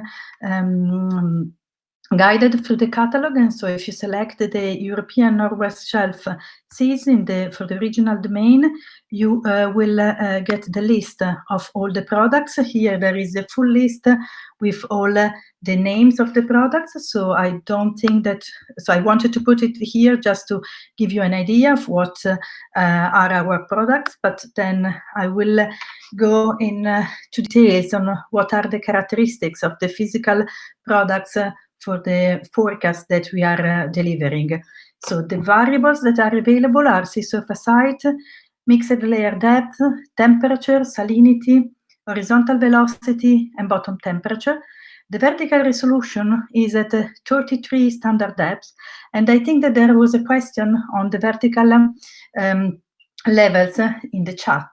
So the model is working on terrain following and sigma coordinates, so it doesn't have standard depth, but the depth depends from the depth and from the density. And so everywhere the model has 51 levels, but then we provide the product to the users on the 33 standard depths that are at the standard IOC, so International Oceanographic Commission depth. And this is one of the reasons why our levels differs from the levels provided by other regional models, like, for example, IB. The horizontal resolution, as I already said, is 1.5 kilometers or 7 kilometers for the low resolution. And the time resolution is starting from December 15 minutes for instantaneous field of sea surface height and surface velocity. Hourly instantaneous field for all the variables for the 1.5 kilometers, and daily means for both 1.5 kilometers and 7 kilometers system. So in principle, the high resolution has also a higher frequency in the output that are delivered. And the time series extension is so 2 years behind present plus 6-day forecast, and is updated every day with a cycle that is highlighted in this slide. This applies to all the product, to all the model product that we deliver, so also the wave and or biochemistry. So every day, in order to provide a forecast that is started by the best possible initial condition, we run the model for 48 hours in the past with 2 cycles of 24 hours each, where we apply all the correction done using all the available observations, so that we end up having for T0, so the starting time of our 6-day forecast production, the best initial condition for the model. And this is an information that could be useful for the user to know in order to understand how they can use the time series and how it is updated every day. The reanalysis product is delivering exactly the same variables that we deliver for the forecast products. The vertical resolution is 24 standard depths. The horizontal resolution is 7 kilometers, and the time resolution is daily and monthly means. The extension of the reanalysis is starting from January 1992 until 1 year behind present, and the update frequency starting from next year is going to be twice a year. All the products that we made available in the catalog have been validated and have a user manual, so please look at those documents, and if you have any question, contact us via the service desk. As I was saying, so the system is continuously updated, and we will have a major update in December this year with the entry into service of an ocean and wave forecasting system that is coupled. And among the different type of validation that we did, I'm showing here the impact on the surface current accuracy. And so I'm showing a comparison between the measurement from a drifter, so from an observation that is in black in both pictures, and then the trajectory simulated using the model currents in blue for the existing product and in red for the coupled ocean wave product.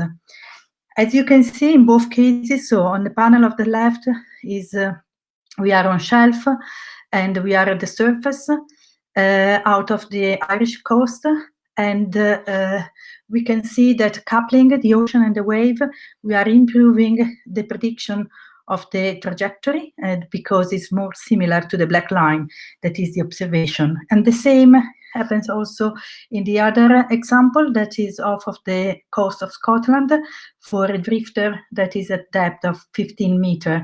So we think that this is a very important achievement, and we hope that will help the users in finding good applications for their downstream applications using these products. And so this is everything for the physical products. So if you have any question.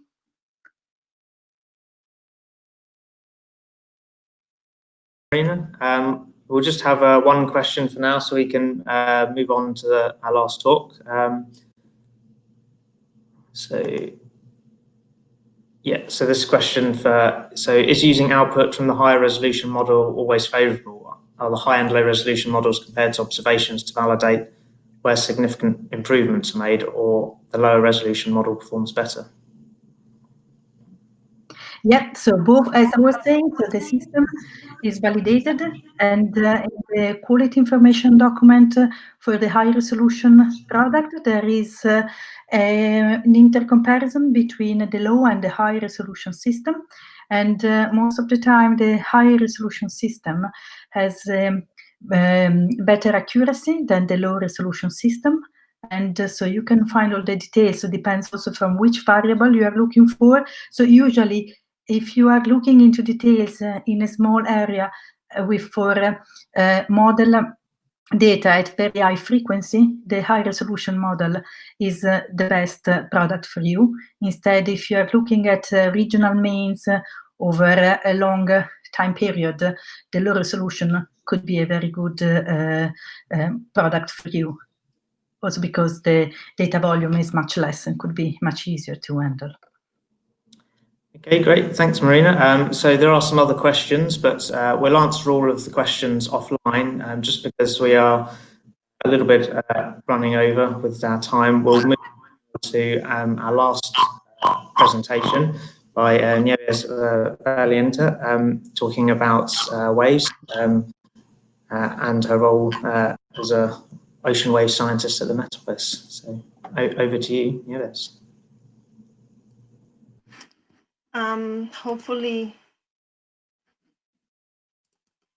Hopefully you can see the presentation now. Rob, can you confirm that? Yes, we can. Yes, perfect.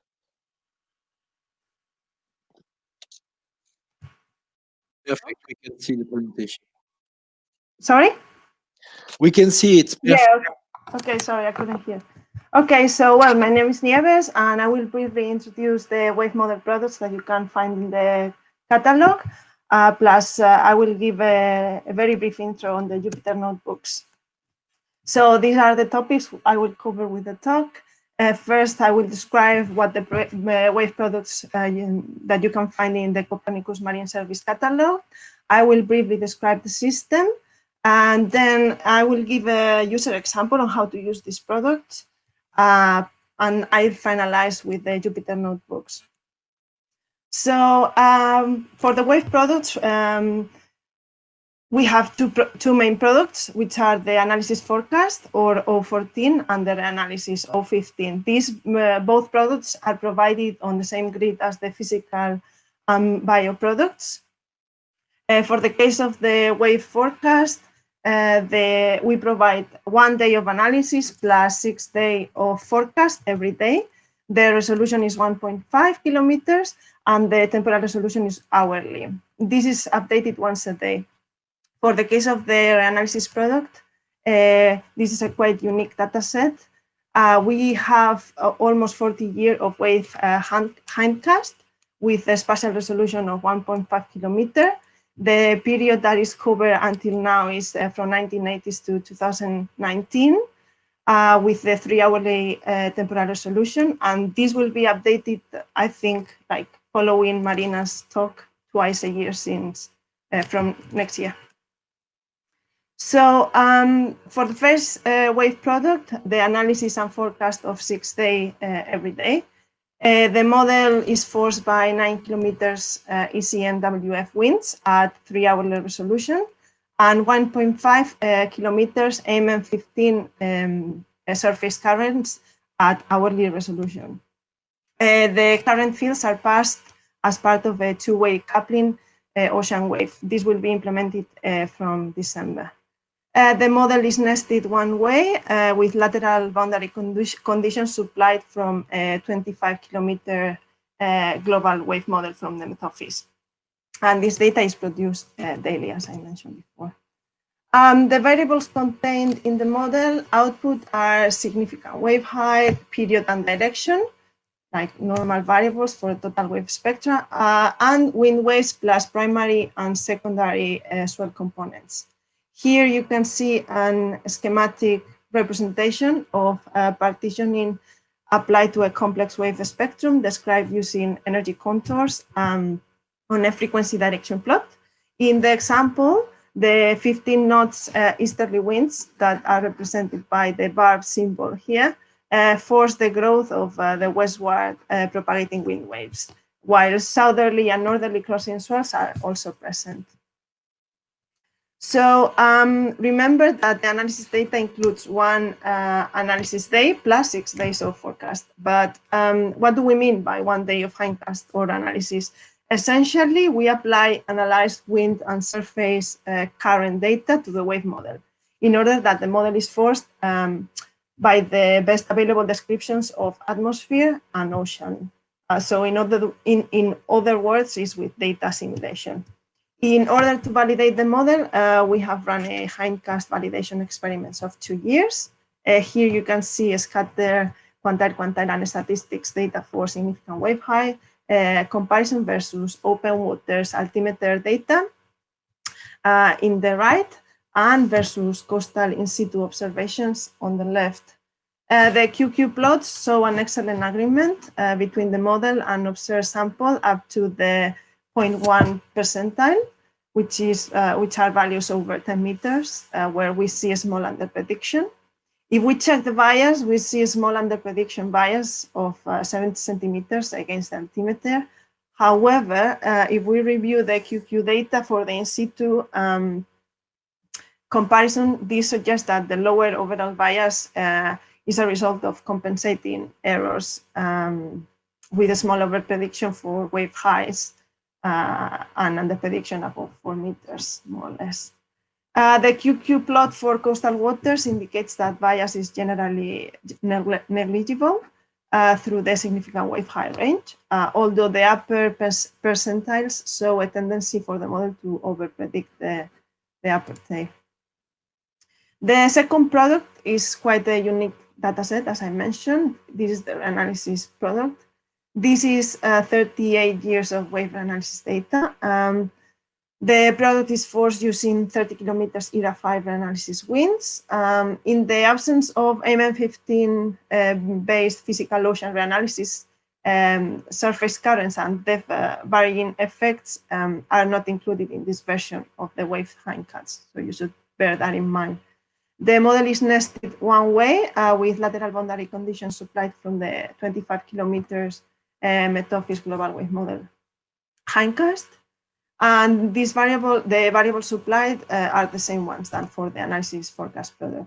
In the time series on the right, we present monthly significant wave height for 4 different locations.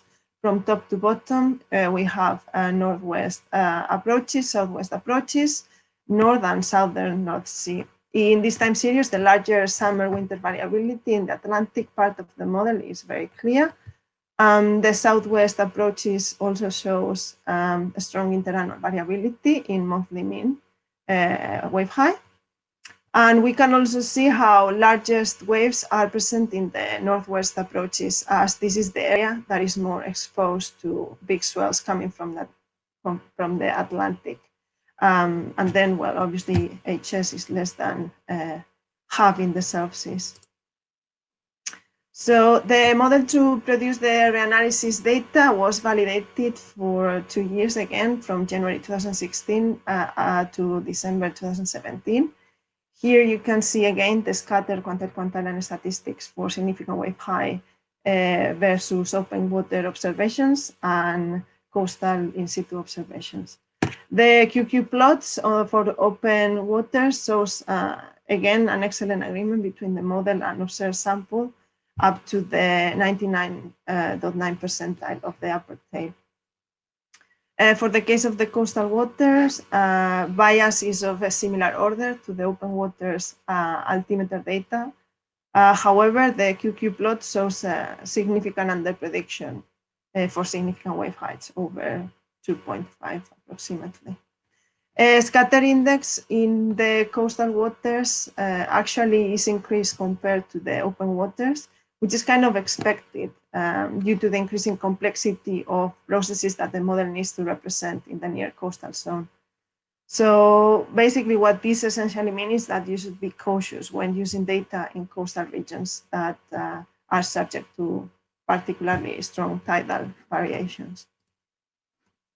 Here you can see 2 animations that have been done using the reanalysis data. On the left, we have mean significant wave height over winter from 1980s up to 2018. And on the right side, we have significant wave height during the February storms in 2014. These storms were a 1 in 60 storm event where we observe a significant wave height exceeding 14 meters in many parts of the domain.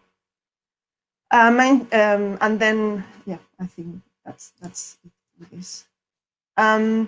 So the system description is basically we use WaveWatch 3 in the version 4.18. I don't want to go into more detail into this, but so although the model products are provided on a regular grid of 1.5 spatial resolution, the products are derived from a model with a native spherical multi-cell grid, which is called SMC, with a variable resolution of 3 kilometers for water depths that are larger than 40 meters and 1.5 kilometers for water depths of less than 40 meters. And well, as you can see here, the model solves the action variance equation, where N represents the wave action density spectrum, sigma is the radiant wave frequency, and S represents the sum of terms describing sources and sinks for wave energy. S can be broken down into a number of source terms for WaveWatch 3, and you can see here all those. So this is one example for the use of the wave data. This is the SWIP-OL model. In this model, the forecast wave data is used to feed a 1 kilometer wave and water level model. This model automatically runs a 3-day forecast and is used to predict run-up and overtopping at almost 180 locations along the southwest coastline. And it's able to forecast risk to pedestrian, property, and vehicles, as you can see in here with the color code. And this is just one example of the multiple applications of these products. Now I'm trying to briefly introduce the Jupyter notebooks for the waves training. Once you have the material, you'll see that there are 3 parts. The first 2 parts are supported by a video. And the third part corresponds to an exercise where you can do the same analysis done in part 2, but for a different storm. And I invite you to try it. In this part 1, we will simply learn how to load and visualize some wave data. We will learn how to upload the 2 products, both as if we would have downloaded them using the subsetter in the CMEMS website or using the FTP. We will Sorry about that. Oh, it's not working. Anyway, yeah, we will use some libraries that have been built especially for this wave dataset, and are also provided with all the practical notebook. But you will also learn how to load and visualize the data using standard libraries like Xarray and NetCDF. And yeah, well, here in the right, you can see an animation for the last week's waves as a result of the Hurricane Epsilon, which developed into a North Atlantic extratropical storm, where we saw significant wave heights of more than 12 meters. In part 2, we go a step further with the data, and we will perform some analysis. This notebook basically shows how to forecast dangerous wave conditions using both large waves and steep waves. We will investigate the probability of occurrence or encounter different sea states, dangerous waves that will be a function of significant wave height and wave steepness, plus crosses using the wave model data from Copernicus. We will generate plots like the one you have in the left hand side, where we compute the probability of sea state occurring in a particular time window, as is today in this particular case. And finally, we will also compute the most likely sea state for that window, as well as risk for small vessels and crosses. And that's me. Great, thanks for a great talk, Nieves. It's worth waiting for. We'll just have one quick question before we wrap up, just because we're overrunning.